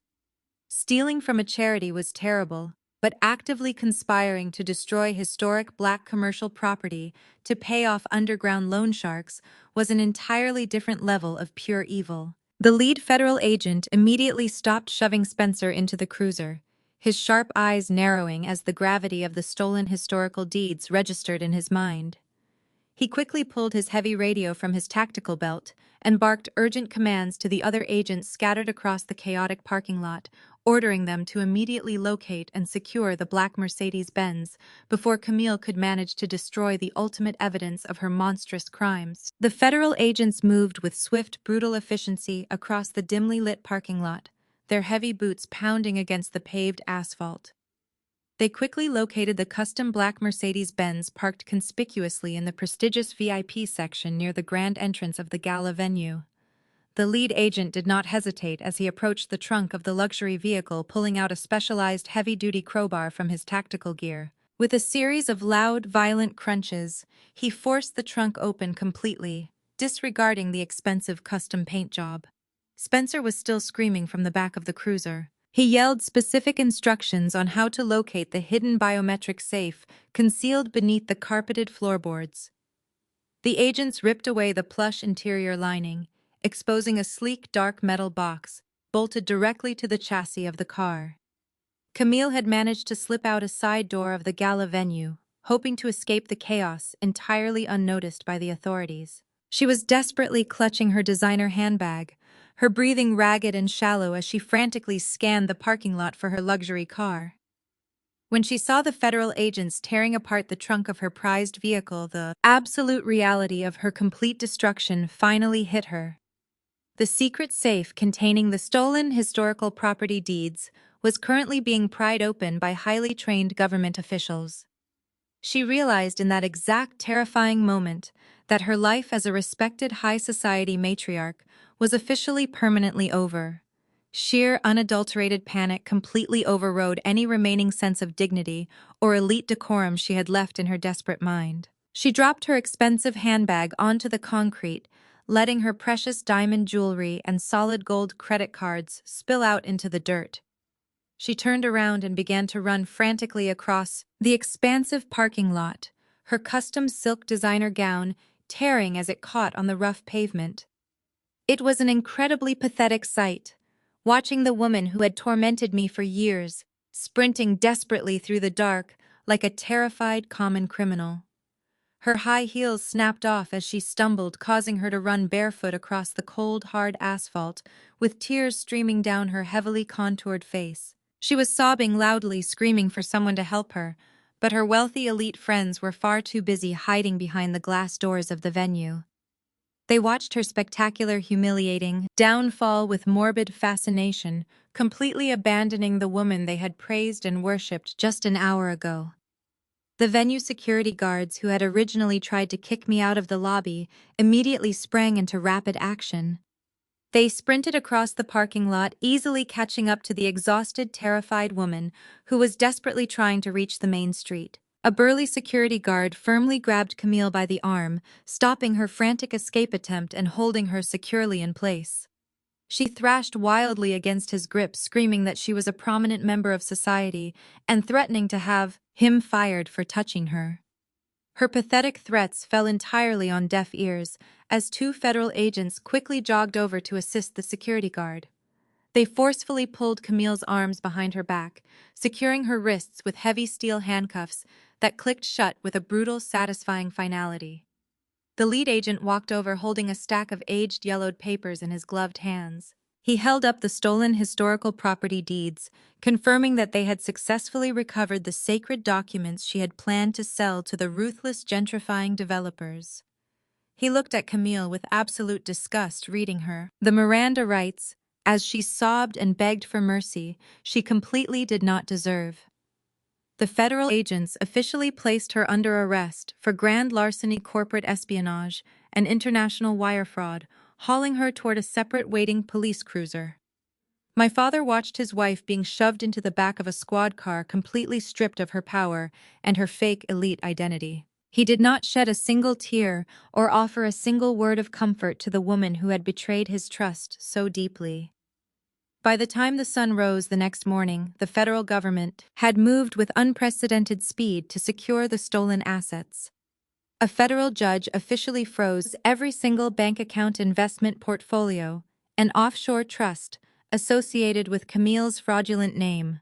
She was completely blocked from accessing the massive logistics empire wealth she had so greedily hoarded and desperately manipulated to control our family. My legal team worked tirelessly through the night, ensuring that her access to the country club accounts and high society charities was permanently violently severed. She was released on a temporary restricted bond, but was legally barred from returning to my father's sprawling luxurious estate or accessing any marital funds. She was entirely broke, homeless, and forced to pack whatever meager belongings the federal agents allowed her to take into a few cheap garbage bags. Camille had absolutely no choice but to use the last few crumpled cash bills in her pocket to rent a room at a cramped, rundown motel on the outskirts of the city. The motel was a disgusting, dilapidated building with flickering neon signs, stained carpets, and a pervasive smell of stale cigarette smoke and cheap bleach. The woman who had previously refused to wear anything less than custom Parisian couture was now forced to sleep on a sagging mattress in a deeply unsafe neighborhood. She sat alone in the miserable, cramped room, staring blankly at the peeling wallpaper as the crushing weight of her new reality suffocated her. Desperately clinging to the false hope that her elite connections would save her, she pulled out her cheap burner phone and began making frantic calls. She dialed the numbers of the prominent society matrons, the charity board members, and the wealthy country club wives who had eagerly attended her extravagant parties. She begged them for temporary loans, asking if she could sleep in their guest houses until the federal investigation blew over and her assets were unfrozen. But every single phone call ended in abrupt silence, dead dial tones, and immediate harsh rejections from the women she once called her closest friends. What Camille did not know was that my ruthless corporate legal team had already anticipated her desperate attempts to secure outside funding from her elite circle. My lawyers had spent the entire morning drafting and aggressively delivering strict cease and desist letters to every single prominent contact in her phone. The letters explicitly warned the high society members that providing any financial assistance to a federal target involved in international money laundering could result in them becoming criminal accomplices. The wealthy elite women were absolutely terrified of losing their own immaculate reputations and massive fortunes, so they abandoned Camille without a second thought. They blocked her phone number, banned her from their gated communities, and publicly denounced her actions to the local press to protect their own fragile status. Camille was left completely and utterly isolated, trapped in a filthy motel room with no friends, no family, no money, and absolutely no hope for salvation. She had spent her entire miserable life destroying other people to climb the social ladder, and now she had fallen all the way down to the absolute bottom. While Camille was busy rotting in her cheap motel room, Claire was experiencing her own deeply humiliating and spectacular financial apocalypse. Spencer's federal arrest had triggered an immediate catastrophic chain reaction that completely obliterated Claire's lavish, deeply entitled lifestyle. The federal agents had seized her sprawling mansion, freezing all her bank accounts and permanently confiscating her luxury sports cars as part of the active criminal investigation. She was officially evicted from her heavily mortgaged home, forced to watch as government officials hauled away her expensive designer furniture and custom diamond jewelry. Her highly publicized fake lifestyle brand collapsed overnight as vendors pulled their contracts and furious customers demanded immediate refunds for undelivered merchandise.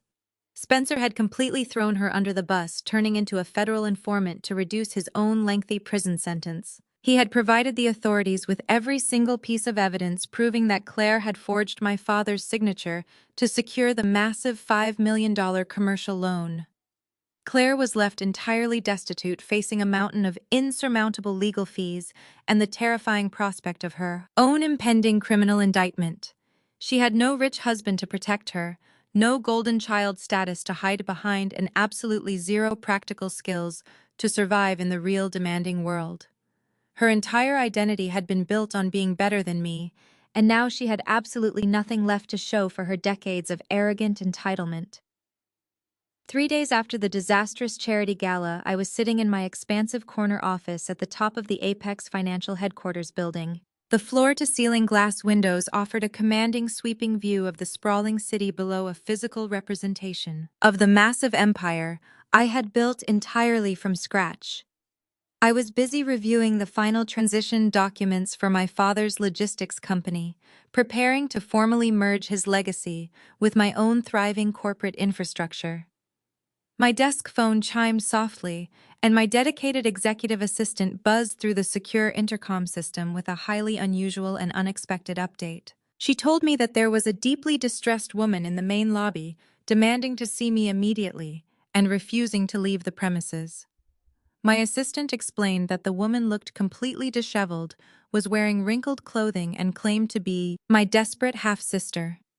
A slow, cold smile spread across my face as I realized that the golden child had finally hit absolute rock bottom and had come crawling to the very sister she had spent her life trying to destroy. I instructed my assistant to let Claire wait in the busy corporate lobby for exactly 45 minutes before allowing her to use the private executive elevator. I wanted Claire to sit in the crowded waiting area, surrounded by my highly successful, hard-working employees, and truly absorb the massive scale of my monumental success. I wanted her to feel the deep, humiliating sting of realizing that the woman she had mercilessly bullied was now the most powerful person in the entire building. When the elevator doors finally opened on the top floor, Claire stepped out, looking like a completely broken and utterly defeated woman. Her hair was messy and unwashed, and she was wearing a simple faded sweatshirt and cheap jeans, a stark contrast to her usual immaculate designer wardrobe. She walked slowly toward my massive glass-enclosed office, her eyes darting nervously around the sleek, modern space, clearly intimidated by the sheer wealth and corporate power radiating from every single corner. She stopped in front of my large wooden desk, her hands trembling violently as she stared down at the floor, completely unable to meet my cold, unwavering gaze. The silence in the office was heavy and thick, amplifying the absolute total shift in our long-standing toxic family power dynamic. Claire finally forced herself to look up, her eyes brimming with fresh, desperate tears as she swallowed her pride and prepared to beg for mercy. She told me that the federal agents had taken absolutely everything from her and that she was currently sleeping on a friend's worn-out couch because she had nowhere else to go. She cried that she could not afford to hire a defense attorney and that she was completely terrified of going to a federal prison for the forged bank documents. She pleaded with me to help her, saying that she knew she had been a terrible sister, but hoping I could find it in my heart to show her some tiny ounce of familial compassion. The woman who had once demanded that I be removed from family dinners because my thrift store clothes were an embarrassment was now standing in my office begging for a paycheck to avoid living on the actual street. I folded my hands on top of my desk and told Claire that I was running a highly successful billion-dollar financial technology firm, not a charity for displaced socialites. I reminded her that the last business she ran was a fake luxury lifestyle brand used entirely to launder illegal casino money for her criminal mother. Claire flinched at the brutal reminder of her federal crimes, but she was far too desperate to argue back. She quickly tried to justify her worth by reminding me that she had a master's degree in communications from a prestigious university. She puffed out her chest just a little bit, trying to salvage a tiny shred of her former golden child arrogance. She told me that she was highly educated and that she would be a perfect fit for a senior management role in my public relations department. She even had the sheer audacity to ask for this. I stared at her with deep, cold amusement. I actually laughed out loud at her ridiculous proposition. The sound echoed sharply off the glass walls of my office, making her shrink back in sudden fear. I told her that her master's degree was completely useless because it was paid for with the money she and her mother stole from my personal trust fund. I explained that her elite networking connections were currently pretending they had never even met her to avoid being subpoenaed by the Federal Bureau of Investigation. I told Claire that she had absolutely no leverage, no power, and no relevant skills to offer my massive corporate company. Her fragile posture completely collapsed, and fresh tears began streaming down her pale, unwashed face. She begged me to just give her something, anything that would pay enough so she could rent a small apartment and buy her own groceries. She cried that she was completely terrified of the federal prosecutors and just needed a stable income to prove to the judge that she was trying to turn her life around and become a productive member of society. I stared at her pathetic weeping form and decided completely. I would give her exactly what she truly wanted today. I opened a drawer in my desk and pulled out a thick employee onboarding packet, tossing it onto the glass coffee table sitting between us. I told Claire that I was willing to offer her a job today, but it was definitely not going to be anywhere near the executive floor. I explained that she was going to be working in the customer service call center located in the windowless basement of the building. Her job title would be entry-level grievance representative, and her primary duty would be answering phone calls from furious clients who were experiencing technical issues with their financial software. I told her that she would have strictly monitored bathroom breaks, a 30-minute lunch period, and absolutely no access to the upper levels of the corporate headquarters. To make the deal even sweeter, I informed Claire that she would be reporting directly to David, our senior floor manager, who was notoriously the most strict and unforgiving supervisor in the entire corporation. I told her that David did not care about her rich background or her family drama. He would fire her on the spot if she arrived late. This was her terrifying reality starting now. Claire's jaw dropped open in absolute horror as she listened to the brutal conditions of my employment offer. The tiny spark of hope that had brought her to my office was instantly extinguished by the harsh, crushing reality of her new position at the absolute bottom of the corporate ladder. She shook her head frantically and raised her voice, screaming that the offer was completely insulting and entirely beneath her. She yelled that she was the daughter of a prominent logistics CEO and that she could not possibly be expected to sit in a miserable basement cubicle wearing a cheap plastic headset all day long. She threw a massive hysterical tantrum right in the middle of my office, stomping her feet and demanding that I treat her with the basic respect and dignity that she clearly felt she still deserved. I did not raise my voice or react to her childish outburst in any way. I simply stood up from my leather chair and walked around my desk, pointing a single manicured finger directly toward the heavy wooden doors. I looked at my wildly sobbing half-sister and delivered my absolute final ultimatum. I gave her exactly one final choice. I told her that the choice was incredibly simple. It was either the plastic headset in the basement or the homeless shelter down the street. I told her to pick one right now because I had a very important board meeting to attend, and I was entirely done wasting my valuable time on her pathetic ego. Claire froze completely, her mouth hanging open as she stared at my cold, unwavering expression. She realized in that exact agonizing moment that I was not playing a game and that I would absolutely let her walk out of the building and starve on the pavement without a second thought. The last remaining illusion of her golden child's superiority shattered into a million invisible pieces. She slowly closed her mouth and lowered her head, her shoulders slumping in total absolute defeat. She picked up the thick onboarding packet from the glass table, her hands shaking violently as she accepted her deeply humiliating new reality. I pressed the intercom button and instructed my assistant to send security up to escort our newest entry-level employee down to the basement call center immediately.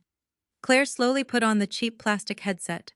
She was entirely broken now. I told Claire to make sure she read the employee handbook thoroughly because David expected his representatives to be taking live calls by noon.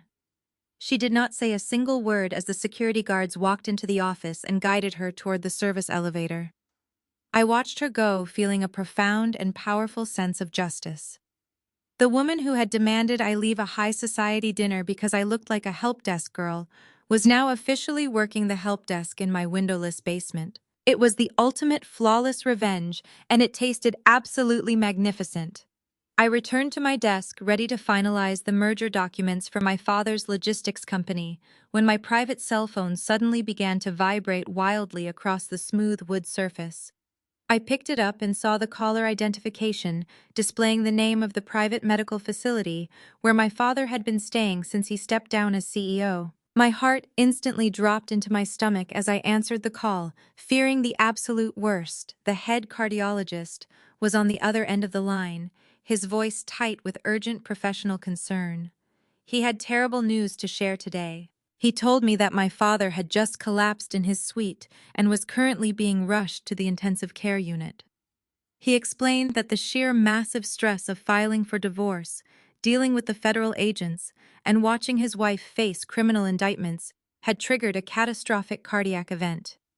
He told me that my father's condition was extremely critical and that I needed to get to the hospital immediately if I wanted to see him alive one last time. I dropped the merger documents right onto the floor and sprinted out of my office screaming for my driver to bring the car around to the front entrance.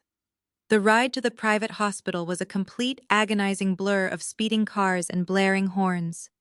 I rushed through the sterile white hallways of the intensive care unit, my heels clicking frantically against the polished linoleum floor until I reached his designated room. The space was filled with the rhythmic beeping of heart monitors and the soft hissing sound of a large mechanical ventilator. My father was lying in the center of the room, looking incredibly fragile and pale under the harsh fluorescent lights. He was barely breathing at all. His strong, imposing frame seemed to have shrunk dramatically, and he was hooked up to a dozen different intravenous tubes and medical machines. I rushed to his bedside, grabbing his cold hand and squeezing it tightly. My father slowly opened his tired eyes and looked at me, his chest heaving with the massive effort it took just to draw a single shallow breath. He reached up with his trembling free hand and weakly pulled the clear plastic oxygen mask away from his pale face. His voice was a harsh, ragged whisper that barely carried over the mechanical humming of the hospital equipment. He whispered that Camille did not get the real deeds to the historical black commercial properties when she emptied the safe. He told me that she only got the worthless decoys because he had secretly swapped them out months ago. He reached under his thin hospital gown and pulled out a heavy brass key attached to a leather cord, placing it in my hand. He told me I needed to get to the Premier National Bank before the dangerous men she hired realized the truth. You must protect our legacy from them today. The heart monitor suddenly flatlined. The piercing, continuous tone of the heart monitor echoed through the sterile intensive care unit, completely shattering the quiet moment I had just shared with my father. A frantic team of doctors and nurses rushed into the room, pushing me forcefully away from the bed as they immediately began administering emergency resuscitation procedures. I stumbled backward, my back hitting the cold painted wall of the hospital room as I watched them press the defibrillator paddles against his chest. The chaotic scene played out in front of me, like a terrifying nightmare. But my right hand was still tightly closed around the heavy brass key he had just given me. The cold metal bit into my palm, grounding me in the terrifying reality of what was happening. My father was actively dying on that hospital bed because of the immense stress caused by the woman he had loved and trusted for over a decade. I knew that standing there crying would not save him, and it certainly would not protect the legacy he had just begged me to secure. I took one last lingering look at his pale face, praying silently that he would find the strength to survive the morning. Then I turned around and sprinted out of the intensive care unit, my mind shifting entirely from the grief of a terrified daughter to the ruthless calculation of a corporate chief executive officer. I dialed the number for my private security team as I ran through the hospital lobby, ordering them to meet me at the Premier National Bank vault immediately. The Premier National Bank was a fortress of old money and extreme security, located deep in the financial district. It was currently 3 in the morning, and the heavy bronze doors were firmly locked to the general public. But I was not the general public. I was the founder of Apex Financial, and I held enough leverage over the banking industry to make the impossible happen. My security detail was already waiting on the sidewalk when my car screeched to a halt at the curb. The bank manager, who had been pulled from his bed by an urgent phone call from my legal team, stood shivering in his expensive pajamas as he hurriedly unlocked the side entrance for me. He did not ask any questions as he escorted me and my armed guards down into the subterranean levels of the massive building.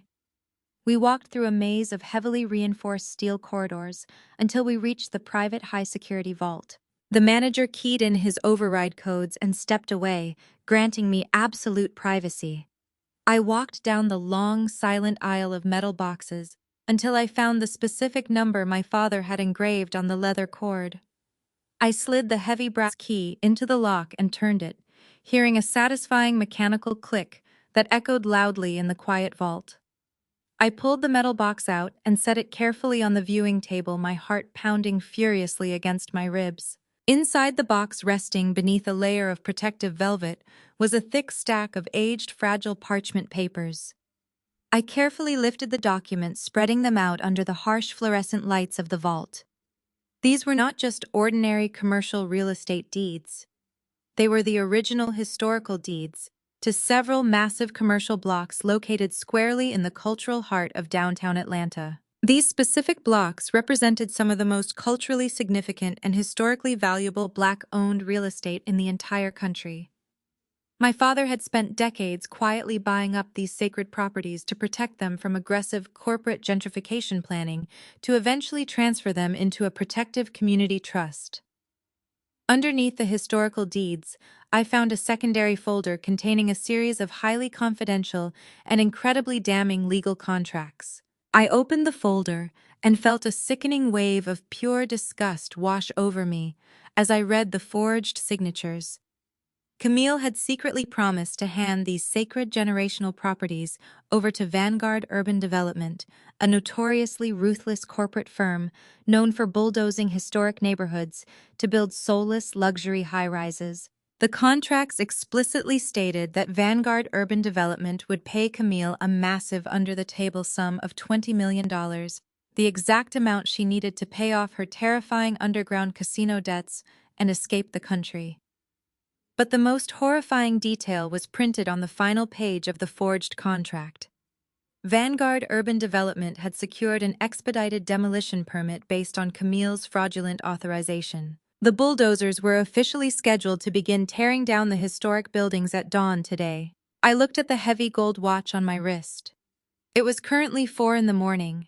The sun would be rising over Atlanta in less than 2 hours, and the aggressive demolition crews would be moving in to destroy my father's legacy and displace hundreds of thriving local Black-owned businesses. I grabbed the documents, shoved them back into my custom bag, and sprinted out of the underground vault. I practically flew up the marble stairs of the bank, dialing the direct number of my chief legal counsel at Apex Financial. He answered on the very first ring, completely accustomed to my late-night corporate emergencies. I did not bother with pleasantries. I ordered him to instantly draft a bulletproof emergency injunction to halt all demolition activities in downtown Atlanta based on extensive criminal forgery and ongoing federal fraud investigations. He told me that a standard injunction might not process fast enough to stop the physical bulldozers from doing irreparable damage before a judge woke up to sign it. I told him that we were not going to rely solely on the slow-moving justice system to save our community. I demanded to know the exact corporate ownership structure of Vanguard Urban Development. My legal counsel frantically typed on his keyboard, the rapid clicking sounding through the phone's speaker as he searched the massive corporate databases. He quickly informed me that Vanguard Urban Development was merely a subsidiary branch of a much larger national conglomerate known as the Horizon Holdings Group. A dark, ruthless smile spread across my face as the perfect strategy crystallized in my mind. I instructed my legal counsel to immediately initiate a hostile overnight acquisition of the Horizon Holdings Group, using whatever aggressive leveraging tactics and massive capital reserves were required to force an immediate board capitulation before the stock market officially opened. I told him I did not care if he had to threaten every single board member with corporate ruin. He had exactly 1 hour to buy the entire conglomerate and transfer absolute controlling authority directly to me. I ended the call and jumped into the back of my waiting SUV, ordering my driver to break every single speed limit to get us to the private airfield. I boarded my corporate jet as the engines whined aggressively, pushing the pilot to authorize an immediate emergency takeoff. The flight from my city to Atlanta was a tense, agonizing blur of frantic phone calls and aggressive financial maneuvering. I watched the dark sky outside my window slowly begin to turn a hazy shade of purple as the sun threatened to rise. My private jet touched down on the tarmac just as the early morning light began to spill across the horizon. A fleet of black corporate SUVs was already waiting for me on the runway courtesy of my local regional office. I jumped into the lead vehicle with my legal team and my heavily armed security detail speeding aggressively through the quiet morning streets of Atlanta. We arrived at the historic commercial district just as the massive yellow bulldozers and heavy wrecking equipment were revving their loud diesel engines. A chain-link construction fence had been hastily erected around the perimeter of the historic buildings, and dozens of aggressive-looking construction workers were preparing to tear down decades of vital community history. I did not wait for my security detail to open my door. I kicked the heavy car door open and marched directly onto the dusty construction site, the silk fabric of my designer clothes catching the morning breeze. I walked straight past the confused construction workers and positioned myself directly in front of the massive bulldozer leading the demolition line. The driver slammed on his heavy brakes, honking his incredibly loud horn and leaning out of the window to scream at me to move out of the way. I stood perfectly still, staring up at the massive metal machine with absolute unwavering defiance. The site manager, a large red-faced man wearing a white hard hat, stomped aggressively over to me, waving a clipboard in the air. He yelled that I was trespassing on private commercial property and threatened to have me arrested if I did not move immediately. He told me that his firm, Vanguard Urban Development, had all the legal authorizations and proper demolition permits signed by the official owner of the estate, Camille Sterling. I looked at the loud, arrogant site manager with profound, icy disdain. I told him that the signatures on his precious clipboards were entirely forged by a woman currently facing major federal indictments for international wire fraud and corporate espionage. The manager laughed harshly, a cruel, condescending sound that echoed over the roaring diesel engines. He told me that he did not care about family drama or fake legal threats. He said he worked for Vanguard Urban Development, and the only thing that mattered was clearing this dirt by 9 in the morning. He raised his walkie-talkie to his mouth, preparing to order his men to physically remove me from the premises. Before he could press the transmit button, the doors of a sleek silver luxury sedan parked near the site entrance swung open. The regional vice president of Vanguard Urban Development stepped out of the vehicle, looking incredibly smug and vastly overconfident in his expensive tailored suit. He walked over to the barricade flanked by 2 large security contractors. He looked me up and down with obvious contempt, telling the site manager not to worry about the crazy woman blocking the machines. He smirked and told me that his massive corporate conglomerate had infinitely more money and legal power than I could ever possibly comprehend. He boasted that they had been waiting years to tear down these pathetic, rundown buildings to build profitable luxury apartments, and that absolutely nothing was going to stop their progress today. I stared at the arrogant vice president and let a slow, terrifyingly confident smile spread across my face. My phone vibrated in my hand, signaling the incoming message I had been waiting for all morning. I held up the glowing screen displaying the official legally binding acquisition documents that had just been fully executed seconds ago. I looked the vice president directly in his condescending eyes and told him that he was incredibly mistaken about who held the ultimate corporate power today. I informed him that as of precisely 6 o'clock this morning, Apex Financial had successfully executed a completely hostile overnight takeover of the Horizon Holdings Group. The vice president's smug, arrogant smile instantly vanished, sliding right off his pale face as genuine confusion and deep terror took over. He stammered, taking a shaky step backward, asking what on earth I was talking about. I stepped closer to him, my voice projecting clearly over the idling construction equipment. I told him that because I now owned the Horizon Holdings Group, I therefore owned Vanguard Urban Development, and by direct corporate extension, I owned him. I explained that he was currently standing on my private historical property, issuing illegal demolition orders against my explicit corporate directives. The vice president began to sweat profusely, his eyes darting frantically to the official acquisition documents on my bright screen. His entire powerful corporate persona crumbled into absolutely pathetic nothingness in a matter of seconds. I did not give him a single moment to recover his dignity or attempt to apologize for his monumental mistake. I looked him up and down with sheer disgust and told him that he was officially and permanently fired effective immediately. I ordered him to take his construction workers, his noisy diesel machines, and his worthless forged permits off my historical property right now, before I had my security team throw him forcefully into the street.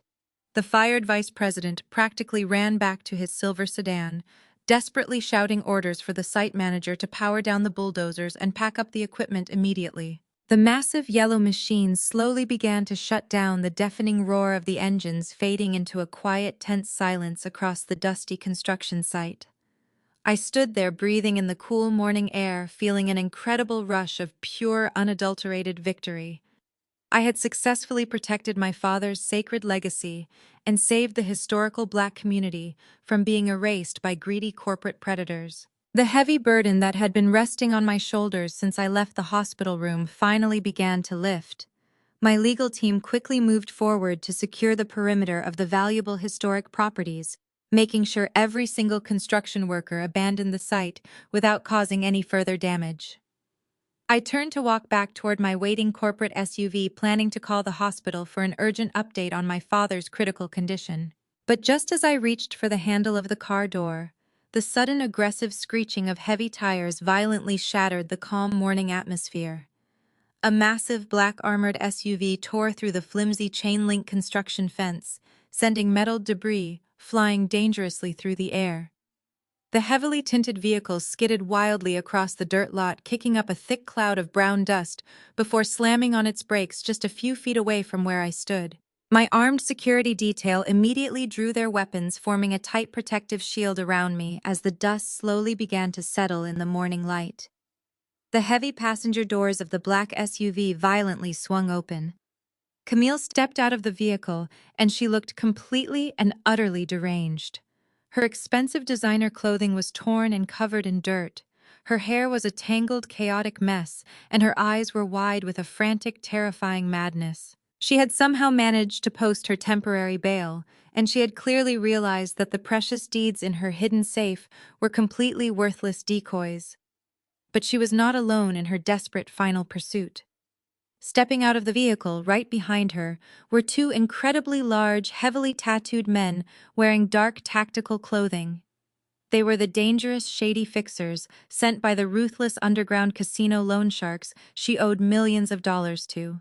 The men racked the slides of their heavy automatic weapons, stepping menacingly toward me with cold, murderous intent in their eyes. Camille pointed a shaking, manicured finger directly at my face, screaming with absolute unhinged fury that I was going to hand over the real, authentic property deeds right now, or she was going to let her armed enforcers bury me permanently beneath the dirt of the very same historical neighborhood I had just fought so desperately to save from her greed. The heavy black SUV idled aggressively in the dirt, its massive engine rumbling like a beast ready to strike. Camille stood before me looking entirely unhinged. The designer dress she wore to the gala was stained with mud and torn at the hem, Her eyes shifted frantically as the two enforcers raised their weapons. She pointed a finger at my chest and screamed that I ruined her life. She demanded that I hand over the property deeds, or her men would ensure I never walked off this site alive. I stood still, feeling the cool morning air brush against my face. I did not flinch at the sight of weapons pointing in my direction. My security team remained alert, but I raised my hand, signaling them to hold positions. I looked at the woman who spent decades tormenting me and stealing my future. She looked incredibly pathetic, standing in the dust, clutching her final illusion of power. I told Camille she was always so focused on stealing the spotlight that she never checked who stood in the shadows. I took a slow step to the side, exposing the metal construction office located behind my SUV. The door to the office kicked open with a loud crash. A dozen armed federal agents poured out of the building, their vests displaying the FBI insignia in yellow letters. They instantly raised their rifles and screamed for everyone to drop their weapons and get on the ground immediately. The two loan shark enforcers took one look at the federal force and panicked. They dropped their weapons into the dirt, throwing their hands up and sprinting toward the broken fence. They did not even look back at Camille as they abandoned her. Federal agents chased them down, tackling them hard onto the pavement before they could reach the street. Camille was left standing completely alone in the center of the dusty site. The reality of her doom finally shattered her mind. She let out a piercing, agonizing wail of defeat, dropping to her knees in the dirt. The lead federal agent marched forward, holstering his weapon and pulling out steel handcuffs. He pulled Camille's arms behind her back, securing her wrists with a sharp click. He looked down at her ruined dress and read her the Miranda rights, officially placing her under federal arrest for espionage, forgery, and attempted assault. I watched as federal agents hauled her up from the ground. Her makeup ran in dark streaks down her face, mixing with the dust. She sobbed uncontrollably, begging to call her lawyers, crying that she was a prominent society wife and did not belong in a squad car. The agents ignored her pathetic pleas, shoving her firmly into the back of a waiting vehicle.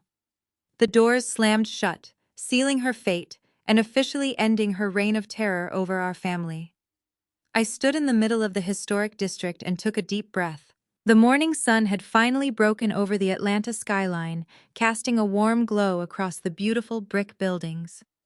The sacred generational properties that my father had worked hard to acquire were officially safe from the corporate developers. The history of our community would remain completely intact and untouched by Camille's greed. My chief legal counsel walked over holding a secure briefcase. He confirmed that the acquisition of the Horizon Holdings Group was complete and that we now held absolute control over the entire project. I instructed him to dissolve Vanguard Urban Development and ensure that every worker on this site was sent home with a generous severance package. The battle was finally over, and our victory was absolute and undeniable. Later that afternoon, I walked into the quiet room of the intensive care unit. The bright midday sun filtered through the blinds, illuminating my father's resting form. The frantic beeping of the emergency monitors had been replaced by a steady rhythm. My father was sitting up against the hospital pillows, looking incredibly exhausted but undeniably alive. His eyes brightened the moment he saw me walk through the door. I walked over to his bedside and placed the heavy brass key onto the tray table next to him. I told him that the real deeds were completely safe and that the demolition machines had been shut down.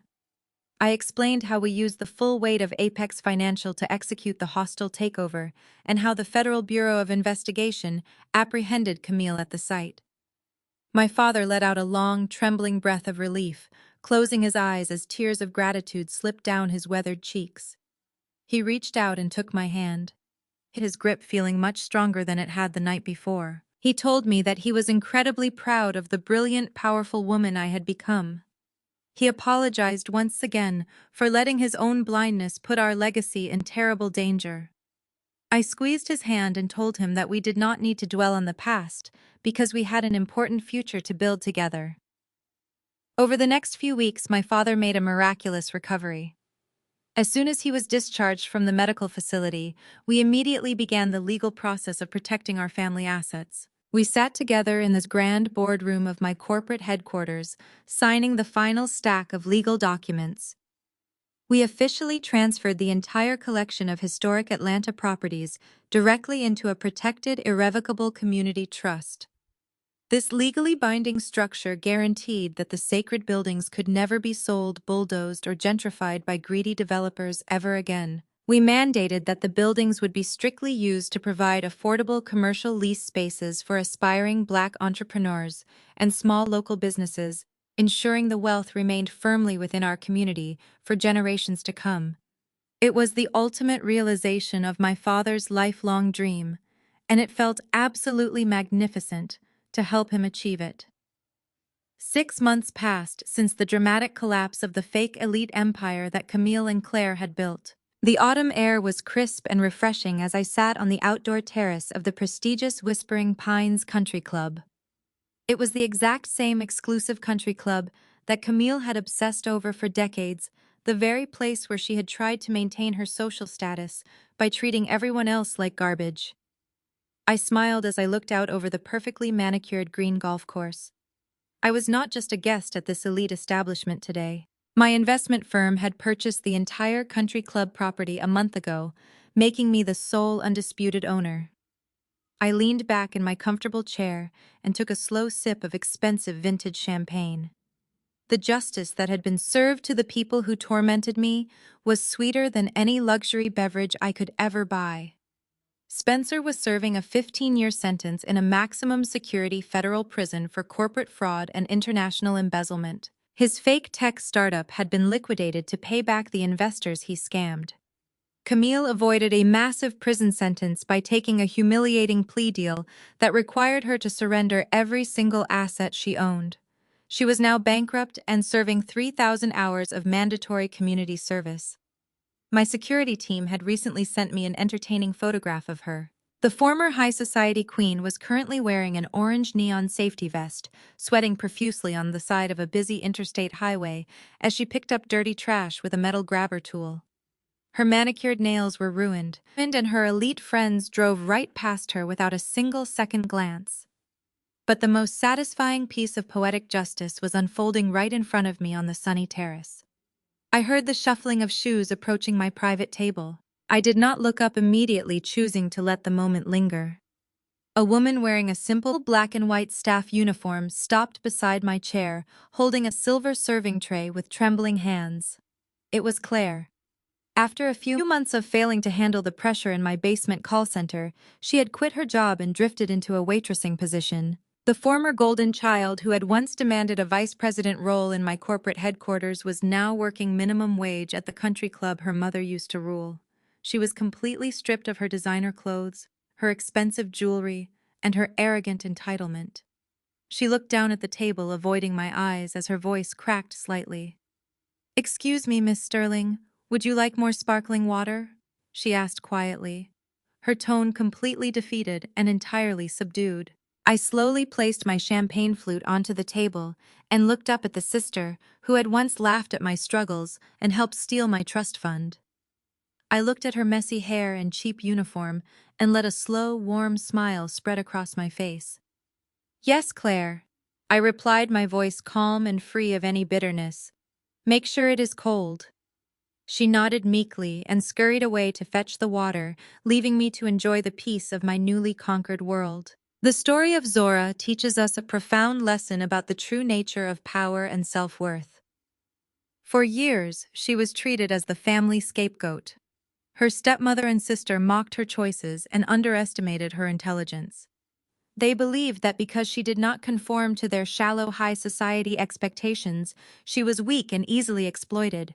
But Zora proved that real strength is built in the shadows. She did not seek validation from people who were fundamentally broken and consumed by greed.